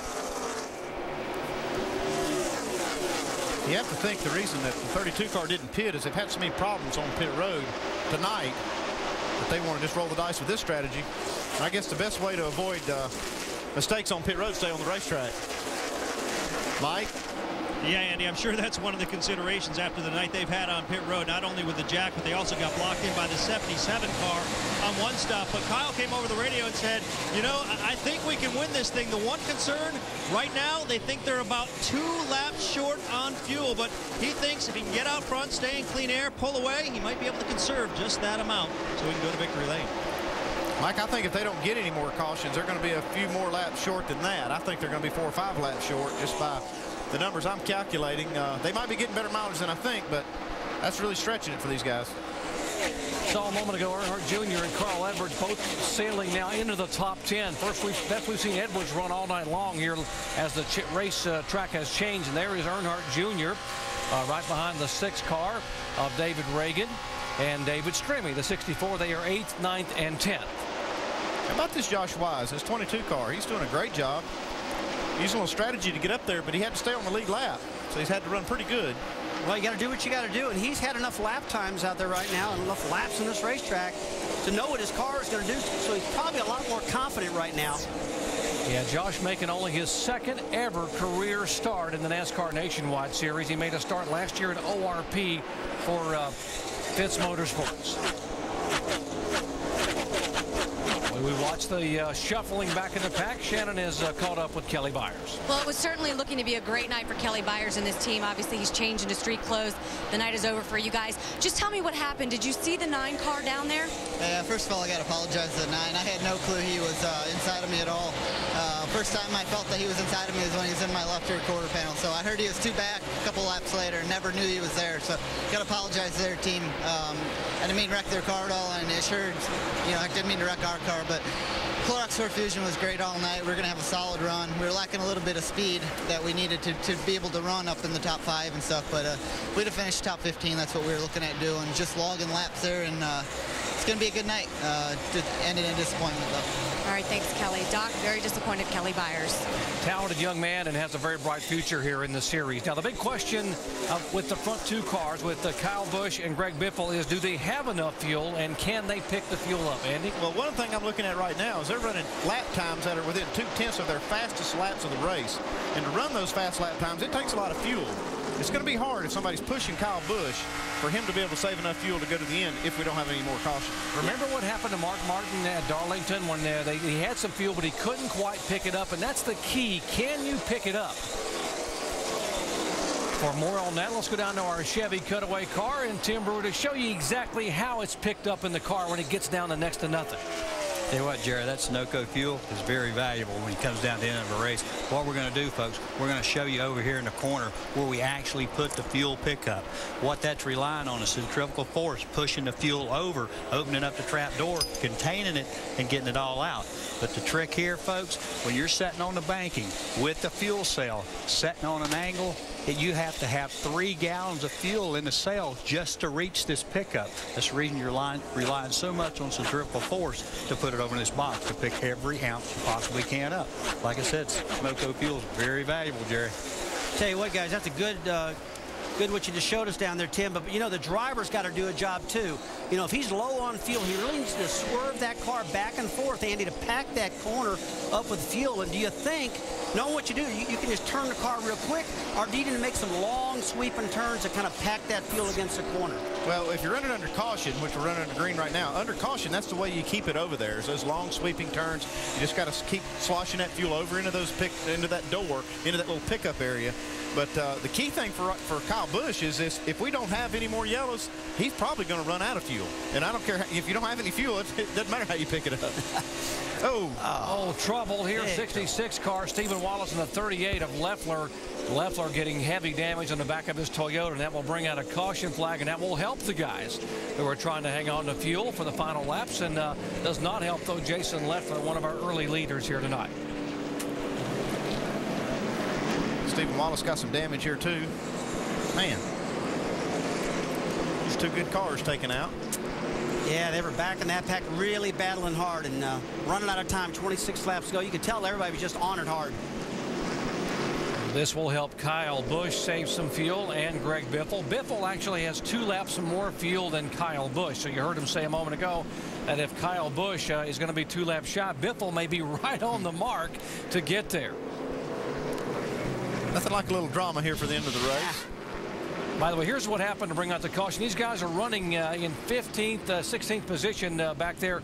There is Stephen Wallace, and the car gets, there's contact there with the 38 of Leffler. That is just what happens when you get on the bottom. All of these guys got aero loose. We saw that earlier with Kelly Byers. Same thing happened down there. So running out of racing room. They're also 3 wide. I think Jason Leffler could have given him just a little bit more room if they hadn't been 3 wide, but well, he didn't have anywhere to go. I just started to say it looks like Steven could have got out of the throttle a little bit there, knowing that's a tight situation. That could have helped a lot, both of them. Well, the prediction was 10 caution flags tonight. That was caution number 9. And here's the contact. You see what Mike Wallace saw from on board his Toyota as they entered the corner. Contact. A couple of cars, one heavily in the wall, and we're under caution again.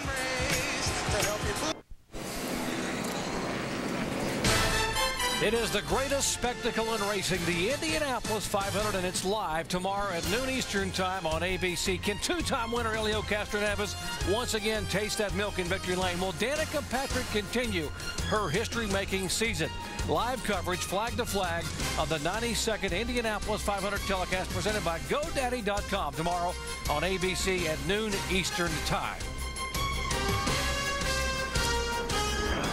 Memorial Day weekend, such a special weekend to be able to celebrate the sacrifices of our men and women in the armed services, and a great weekend for motorsports here, beginning at Lowe's Motors Speedway. Lots of drama building. Now, what about the 32 car, Kyle Busch, Mike Massaro? Can they make it on fuel? Well, I think the guy that would know would be Todd Losey, the crew chief. How close are you on fuel? We're still a little bit close, but this caution we definitely needed, you know, and this should make us probably 1 lap to the good. I heard you on the radio thinking that maybe if this caution was longer, that's exactly what you needed. If this caution's not long enough, how tight will you be? We're real close, you know. I don't know exactly, but it could go either way right now. As you can hear, Doc, there is a certain amount of confidence in Todd's voice, but still maybe a little bit of doubt. We'll find out. I'm not so sure Todd Losey should ever play poker. He's not a very convincing liar. I don't think they can make it. I think it's going to be really, really close. We'll see in a moment here. Meanwhile, while we're under caution, let's visit with our in-race reporter once again, Dale Earnhardt Jr. sitting back in 6th spot. Hey, Dale Jr., Rusty, ESPN, you got us? Oh, man. Well, I think this is the best driving push car I've had here before. It is that. Yeah, too little, too late, buddy. Hey, Dale Jr., Rusty Wallace, ESPN, you got us? Oh. Hey, buddy, was that car still loose on you right now, or is it starting to come around? We took 2 tires on the last stop on the right. It's really helped my car a lot. So we'll see what we can do here. We got to pull a couple tricks out of the bag if we're going to get anywhere with this. All right, buddy, have a good one. See you later. Thank you. What's he talking about, guys? A couple of tricks out of the bag here. You got to believe that Dad taught him some pretty neat things about this racetrack over the years. Well, maybe Daytona or Talladega, but this is Charlotte, man, and you got to have a good handling car. So if he's got some tricks, I want to know what the heck they are. I bet you he's going to go to the outside and try to get as many as he can right here on this restart. Yeah, that's a good trick. It takes a lot of nerve to do that, though. All right, he's got it. Can they handle Kyle Busch and Greg Biffle? Remember, Denny Hamlin back there in the 20 car has not led a lap tonight, but a 20 car trying to make it 5 consecutive races in a row. It's gone to victory lane. Can it get it done? Can Kyle Busch have enough fuel? Can he slosh that fuel, as Tim Brewer showed you, over and keep the car running? Here comes Denny Hamlin to take the move and try to take the second spot away. Looks like Denny Hamlin's got a few tricks, too. Well, Hamlin's got to get it on right now. He's definitely got better tires than Kyle Busch does, so let's see if the tire's going to take over. Looks like he ever get a little quicker before the caution come out last time. Looks like they're actually catching Kyle Busch before this last caution. Hamlin looks in his rearview mirror and sees the 88 car. Brad Keselowski coming, as well as his boss, the 83 car. Earnhardt Jr. now back in 3rd and 4th position. Well, this thing's shaping up. I think fuel's going to be the least thing that Denny Hamlin's going to be worried about. Well, that's the great thing about what Denny Hamlin's got going. He doesn't have to worry about none of that. He just needs to drive his brains out. And really, Kyle Busch can't do anything different. He's just got to hope that he has one lap to the good and he can just go for it. Caution, debris on the racetrack, and that is the 10th caution flag. Rusty Wallace predicted 10 cautions in the countdown show, and Rusty, indeed, you were right on the money. But we still got 20 laps to go. Well, it wasn't just me. Brad Doherty said the same thing, too. But this definitely going to help Kyle Busch right now. He's got no worries. I think he can just take it home now. There's debris on the racetrack, some sharp metal coming off of one of the cars, and they're going to put the yellow flag out once again here. 10th time out. There have been 10 cautions now for a total of 39 laps. We have had 11 different leaders, 18 lead changes. And by the way, folks, this is the 6th race this year that Kyle Busch will be credited with leading the most laps in the race.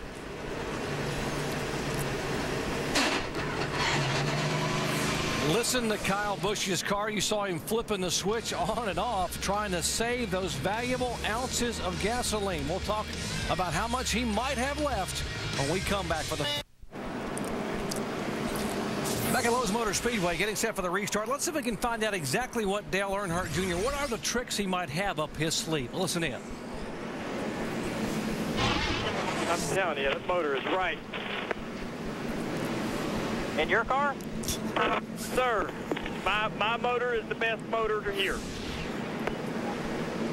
Better than the Toyotas? Better. They'll show more power on the dyno, but we know how to make them run fast. Good Lord, Ken Drosh just about had a heart attack. Oh, Maxim's down here too. Good God. I'm telling you, man, I'm running them over. When is the last time you heard a driver tell his crew chief, I have the best motor here? Never. I have never heard a driver say that in my career. He's trying to get that motor department to buy him dinner. That's what's going on right there. He's getting them all fired up. Well, he's obviously fired up that he's got something under the hood there that's going to handle those cars in front of him, those 2 Toyotas, and maybe even his teammate Brad Keselowski. We're going to find out here in the next few laps. Whoa, Greg Biffle way out of shape. Well, Dale Jr. picked up 2 positions on the high side last time. Let's see if he can do it again. But he's got his teammate and his protege, Brad Keselowski, in front of him, and can he get by him? He was going to try that outside move on Keselowski, but Keselowski said, wait a minute, I saw that move a while ago. You're not going to get me with it. Whoa, this is tough crane getting down the back straightaway here into turn 3. Those guys are 2 and 3 wide. Yeah, this shuffle back 9th through 16th. There is David Stremme having another great top 10 run inside of Greg Biffle for position. Boy, guys, he was dead sideways a little while ago. Stremme coming off of turn 2. Got it gathered back up. Here goes Junior underneath the 88 car. Can he get it to hang on the bottom of the racetrack? The 88 seems to have the momentum. I just don't think that Junior can get it done on the bottom. I think he's going to need to somehow get his car on the outside of Keselowski to make this pass. Junior's always been a rim rider. He likes the top side of the racetrack, likes all that momentum, and he's got a great motor. The problem is that his teammate in front of him's got the same engine. Hard to get an advantage over yourself. It is, isn't it? Dale Earnhardt Jr. trying to get his first win at Charlotte in a points-paying event. Brad Keselowski trying to get his first win ever in a NASCAR Nationwide Series car. And how about that 20 car trying to make it 5 in a row? They are 4 in a row. Denny Hamlin got one of those 4 wins at Richmond, now trying to make it 5 in a row. And Kyle Busch trying to stop the Joe Gibbs streak. How about he being the guy trying to stop the Joe Gibbs streak for 6 wins by that team in a row? Well, Jerry, if this thing just stays running for a while with no cautions, we're really going to see what Hamlin can do because, like I said earlier, Andy, I think that these better tires on Hamlin's going to help him. They're running the fastest laps of the race, 29.90 last time by. That's the fastest lap of the race for Kyle Busch. It's getting cooler here in Charlotte. The track is cooling off, more grip level, and when it gets cooler, the engines make more horsepower too. Everything's just adding up to faster lap times right now. Again, this series, it's been about Toyota, been the talk of the series here in 2008. Toyota has won 8 of 12 races. Joe Gibbs guys have won 6 in a row in their cars. We mentioned 4 in a row in the 20 car. Those 20 cars certainly put some pressure on Kyle Busch. On a restart, those tires are pretty cool, guys, and you can run some fast lap time just like Kyle Busch has been doing. But as they start heating up, that's when those other tires start coming around and things getting better. I know we've talked a lot about Dave Rogers, the crew chief on this 20 car, but he has certainly put his team in the right spot at the right time here tonight. I mean, even if he doesn't win the race, Andy, the 20 car's there again. I mean, this is week in and week out. I mean, these guys have got a good handling car all the time. Dave? And that 20 car was not right earlier, Rusty. They've worked on it. They made some adjustment. Remember, last time down pit road, he did come down pit road. They made a wedge adjustment, but they didn't take on any fresh tires. So he's similar on tires to Kyle Busch, but he didn't quite get all the track position he wanted. Kyle stayed out and has stayed in front of him. And you got me on that one, Dave. I thought he had some better tires in that car, but if they're on equal tires, it explains why the lap times are almost identical. Actually, and Rusty, I asked Dave Rogers, you know, why did you do that? And he said for track position, but they didn't get Busch. He stayed out. And that 32 car is right on that white line. And when you're in front and you're blocking that air going to the second place car and your car behind, it's just not going to handle as good. You just don't have the downforce. And Andy, as a crew chief, you hate hearing that. My car won't turn. Yeah, there's nothing you can do at this point because you're not going to make another pit stop. You have what you have, and it's all in the hands of the drivers here. Battle for 8th position. Last October's winner here, Jeff Burton in the 29, taking the spot away from David Reagan, who's had a very good night. He is led the second most laps tonight, talking about the 6-car Reagan. And a battle for 16th position. The 1 car, Mike Bliss, and the car he vacated early in the year, the 22 car. Cannot say enough about the run by Josh Wise in only his 2nd ever start. That's Wise in the 22 Dodge. This team's been through a lot of struggles when they lost Mike Bliss. They also lost their crew chief, Paul Wolf. And, you know, just to run as good as they've been running tonight really says a lot about this team. Yeah, that's Jason Keller behind him, looking back at Keller's car coming off his first top 10 run of the year at Darlington a couple of weeks ago. Great battle back here with these cars that are back in position 16th, 17th, and 18th. And Josh is having a great run tonight. Just got to be cool. I mean, you get a little too frisky right now late in the race, you could ruin a good day. And he doesn't have as good of tires because he stayed out. So he's got to remember that. Drive it smooth. Bring home a good finish. Bobby Hamilton also a part of that mix back there. And meanwhile, back up front, 7 laps to go. Todd Losey, the crew chief for Kyle Busch, told our Mike Massaro, but not very convincingly, he told Mike Massaro that we're a lap to the good, but I'm still wondering, they got to be a little closer than that. Yeah, he didn't convince me that he felt really good about this. You know, we've had a lot of caution flag laps, which you get about twice the gas mileage under caution that you do under green, but I'm still not totally convinced this 32 can make it. And here you go. You got the 20 car of Denny Hamlin looking inside. Hamlin trying to get there. Whoa! Big time loose off that corner. It's bringing Brad Keselowski in the mix. And Keselowski has got a lot of momentum on the top side of that track, guys. He might win this race. Brad Keselowski, 47th career start, trying to get there. Still frustrated over what happened in the final laps at Las Vegas. Thought he had one that just got away when he got a little tap. There's a lot more momentum on the top of that racetrack, and the 88 car, Brad Keselowski's got it. Got some laps. It's the shortest way around at the bottom, guys. Dale Earnhardt Jr. now beginning to reel him back in. It was the 8 car lengths. Now he's cut it to 5 car lengths. Here comes Jr. now that those guys are mired in traffic. 4 laps to go here. It looked like the 20 car, Denny Hamlin, made just a big last-ditch effort to try to get by Kyle Busch. And Andy, he can do that again. He's got 4 laps to go. He can get the rhythm back, get back up on his bumper, and try another strike at him one more time. Great side-by-side racing here in the NASCAR Nationwide Series. What a show tonight here at Lowe's Motor Speedway. 18 lead changes, and you got a handful of cars here with 4 laps to go that can win it. Oh, and here's Josh Wise up in the wall. And that will bring out caution for the 11th time tonight. And this might be the caution flag that Kyle Busch did not want, because this is going to add some extra laps to the race. And this is where it's real critical to get that fuel over to that pickup, because it's real hard for these cars to pick up on these restarts, pick up all that fuel when they're going slow. Totally agree with you. If he's that low right now, Andy, he might have to get that car down on the apron. And if you do, there's debris down there. Yeah, he's going to have to get on the flat here to make sure he keeps fuel in that pickup. And a reminder for fans who may not be familiar with the NASCAR procedure here, if there is a caution and we will go beyond, it's overtime, the prescribed distance. We can have a green-white checkered situation, which means, well, that could add a couple of laps to the race.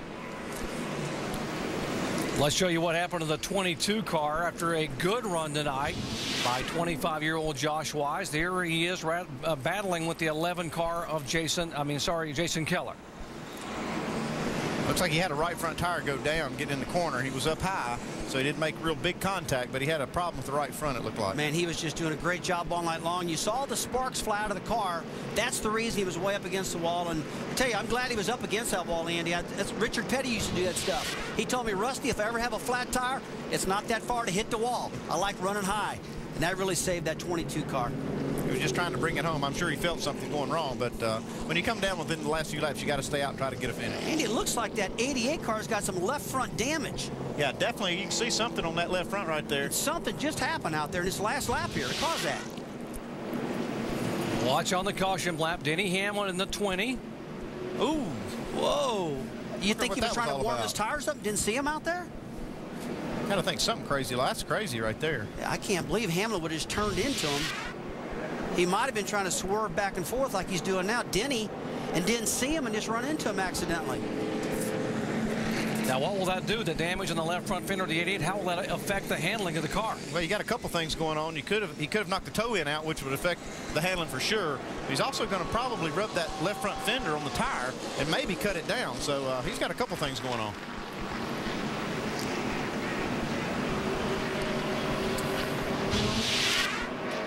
'83 looking out for his teammate, not going to take it, going to go up there and let Denny Hamlin know that he didn't appreciate that little tap on his car. Yeah, I don't know if Denny did that on purpose. Like Rusty said, it's almost crazy looking the way he may have been trying to warm his tires up, didn't see Brad out there. Andy, I got to tell you, when I was driving, I did that many times, weaving the car back and forth, get the debris off the tires, and I did make a mistake one time and did run into a driver accidentally. That could have happened right here. NASCAR has the ability to review what happened, and they are reviewing it as we speak to be able to see exactly what was going on. You would hope that they were just trying to weave back and forth there, and that was the reason for the contact. Okay, let's listen in to Denny Hamlin's radio while this was happening here just a moment ago. Man, it's fun to watch. It's supposed to be a lot more fun to watch you pass that guy. Go get him, Denny. Go get him, man. We want this. Jeff keeps telling him to go up high, so he should be giving you the bottom. Well, the discussion there with Denny Hamlin's radio just a moment ago. So we're going to see what's going to happen here. Does Kyle Busch have enough fuel? Can he hang on? Let's see what the 88's going to do with the 20 car. Green, white, checkered flag. Green flag this time by, white flag next time, and then the checkered flag. Kyle Busch gets a good jump on the restart, which means he's probably got enough fuel to make it. Yeah, he's got enough fuel. I'd say so, Andy.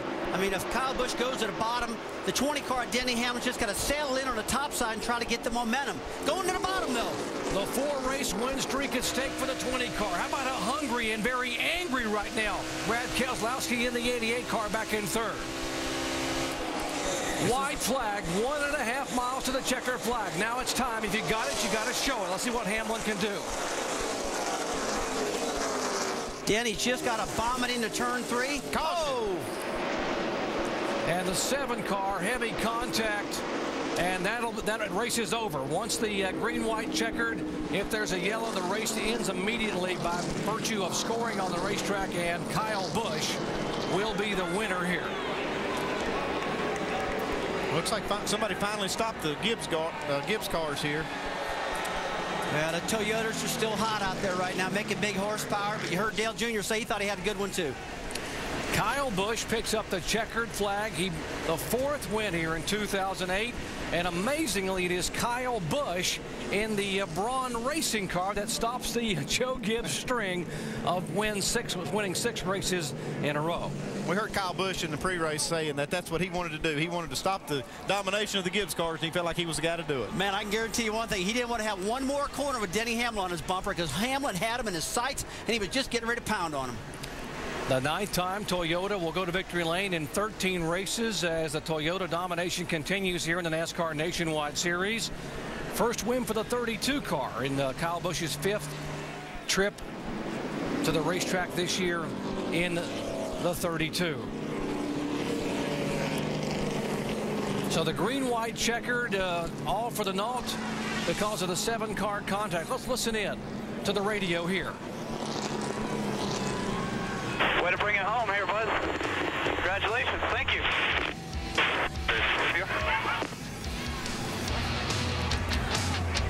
When we come back, we'll visit with Kyle Busch and talk about how close it really was on fuel. And also they're mixing it up down in the pits there.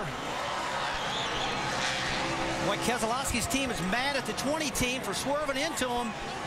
A lot of heat right there. Tony Eury Sr. down there. Somebody's going to punch somebody. NASCAR officials trying to get in between these two teams.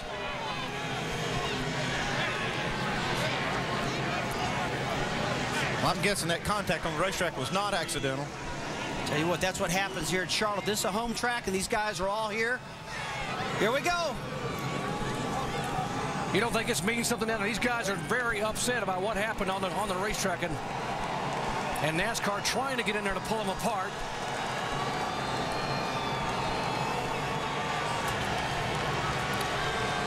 As Kyle Busch tries to celebrate on the racetrack. And Kyle needs to turn around and see what's happening behind him right now. Nobody's paying attention to the salute. They're looking at the fight.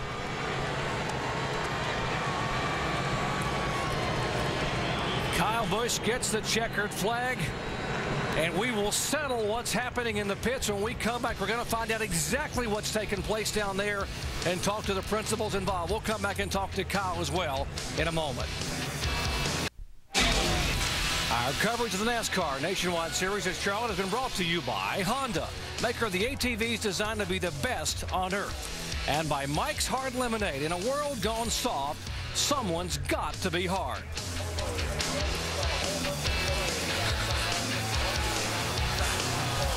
It was a very difficult night for the 32 car and Kyle Busch and so those last few laps, and we still have it going on down there. Let's go down and visit with the celebration in Victory Lane. Here's Mike Massaro. And it's just beginning now, Doc. 5 years ago to this day, that's when Kyle Busch made his first career nationwide start. It was right here at Lowe's Motor Speedway. He finished second. Well, he picked up one spot tonight, picks up his 4th victory this year, and the Joe Gibbs racing streak is over, and I'm getting drenched, by the way. The Joe Gibbs racing streak is over, and you're the guy to break it. Do you see the irony there? Yeah, there's a little bit there, but, you know, I said before the race, hopefully we could bring this Dollar General Toyota home in first, and then they could be a runner-up to us. And fortunately tonight it worked out that way. What an awesome race car. Didn't start off that great. We really had to work on it. Todd Losey and these guys made a lot of adjustments tonight, and we got it going to where it was a lot better. Got to thank Mac Tools, Marquis Jets, and you know, Dollar General, great clips, everybody at Braun Racing for this deal here. You just poured about 12 ounces of sports beverage down my back. Was there more beverage down my back, more liquid down my back than there was in the gas tank tonight? It's NOS energy drink. I don't care. Whatever they're putting in this thing, if it's NOS, if it's Sunoco, whatever it is, it certainly had enough in it for there tonight in order to make it there towards the end of the race. How concerned were you? I was concerned a little bit, but every caution we had there, you know, I was fortunate I could just shut the motor off and make a whole lap around under caution without the motor running. So that gained us probably about 2 laps right there, you know, doing that every time the caution came out. and then I just rode around in 4th gear chugging along behind the pace truck, and fortunately for us, there was enough gas in this gas tank, and we were able to make it. Congratulations. With some burnouts, thanks. Kyle Busch picks up his 4th victory of the season. He ties Tony Stewart for the most wins in the Nationwide Series so far in 2008. Shannon? Well, guys, despite all the post-race activities down here, it's been a great night for Brad Keselowski. He's actually on the phone with Rick Hendrick right now, giving him some words of encouragement. Kelly Earnhardt-Elledge down here as well, just giving their driver a pat on the back. We talked to Brad Keselowski. Here's Dale Earnhardt Jr., of course, team owner. All right, so post-race, we're looking like you could make a run. What happened between you and the 20 car there? A racing incident? Well, we raced hard, and that's what racing is. That's why fans come and watch it. And he doesn't like when guys race him hard. Well, that's the sport, and that's what I do. And I raced him hard, and he didn't think that was cool, so he decided to take my left front fender off. But it didn't really affect anything in the end. When we got 1 lap, I might have had a run for him, been able to get to Kyle, but that was about it. But an awesome car, U.S. Navy Chevrolet, best car I've had all year. Awesome, awesome, awesome. And I got to thank everyone back at the shop and at Junior Motorsports. This was the car we needed to win. We just didn't catch the brakes. So just got to thank all of them. All right, great run for Brad Keselowski here today at Charlotte. Dave? And Denny Hamlin continuing to debrief with his team down here. Denny, so often when you get to a situation like we saw at the end of this race, there's a lot happened that we didn't see. What's been going on in the 88 tonight? Well, ain't nothing we did to him until the very end right there. There was several situations, and I think it's just, him racing in the Nationwide Series, not having any Cup experience, learning how to let guys, go at times. And there's many times during the race where I had him cleared except for maybe 2 inches. Instead, he hangs on my right rear quarter and then goes in the corner right on my door. And that pisses drivers off. It's especially guys that know, patience a little bit better than that. And we had a position on him late in the race, and he came from the bottom all the way to the top and cut our nose off just to block us. And we just don't roll like that. It's not the thing to do. And you learn one way or another. But then I was still fine with it. I wasn't gonna do anything. I was just gonna talk to him after the race, and then for some reason, he picked my back tires up in the middle of 1 and 2, pulled up beside me, so I retaliated. So, you throw a rock, I'm gonna throw a concrete block back. So you're gonna have to deal with it. Don't impress me by having your whole crew over here. Bring the driver over here and let us talk about it. All right, they certainly will talk at some point. Denny finished his second. Crew chief Dave Rogers has been called to the NASCAR trailer. Shannon? Well, I'm here with Dale Earnhardt Jr. You had a front row seat for all of the activities on the track, Junior. Tell me what you saw. Brad bumped him in the back just a little bit under caution, and Denny knocked a fender off his car, and I'm not happy about that, but hurt Brad's chances of having a good run, but it just tore the fender up. I mean, there was no excuse in it. All right, so tell me, you saw Brad running up front, possibly getting the lead. What were you thinking as a team owner behind him watching this happen? When he passed me for the lead, I was like, man, that's a weird feeling. I'm really excited about that for some reason.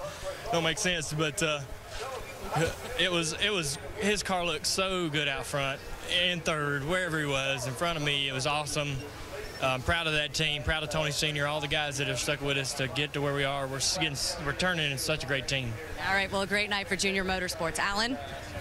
All right, Shannon, thanks. The final caution during the white flag lap brought out with a crash by Mike Wallace. A look at that going off into the corner. And looks like a little bit of last lap racing there. Boy, he was. Mike was digging, trying to get that extra position, got a little bump there, got into some traffic, and ended up wadded up, unfortunately. So championship standings after race number 13 of the season. Clint Boyer still the leader. Kyle Busch now 67 back as the NASCAR Nationwide Series heads to the Monster Mile, Dover, Delaware, next Saturday, 2:30 Eastern Time. Hope you'll join us. What a wild night in Charlotte.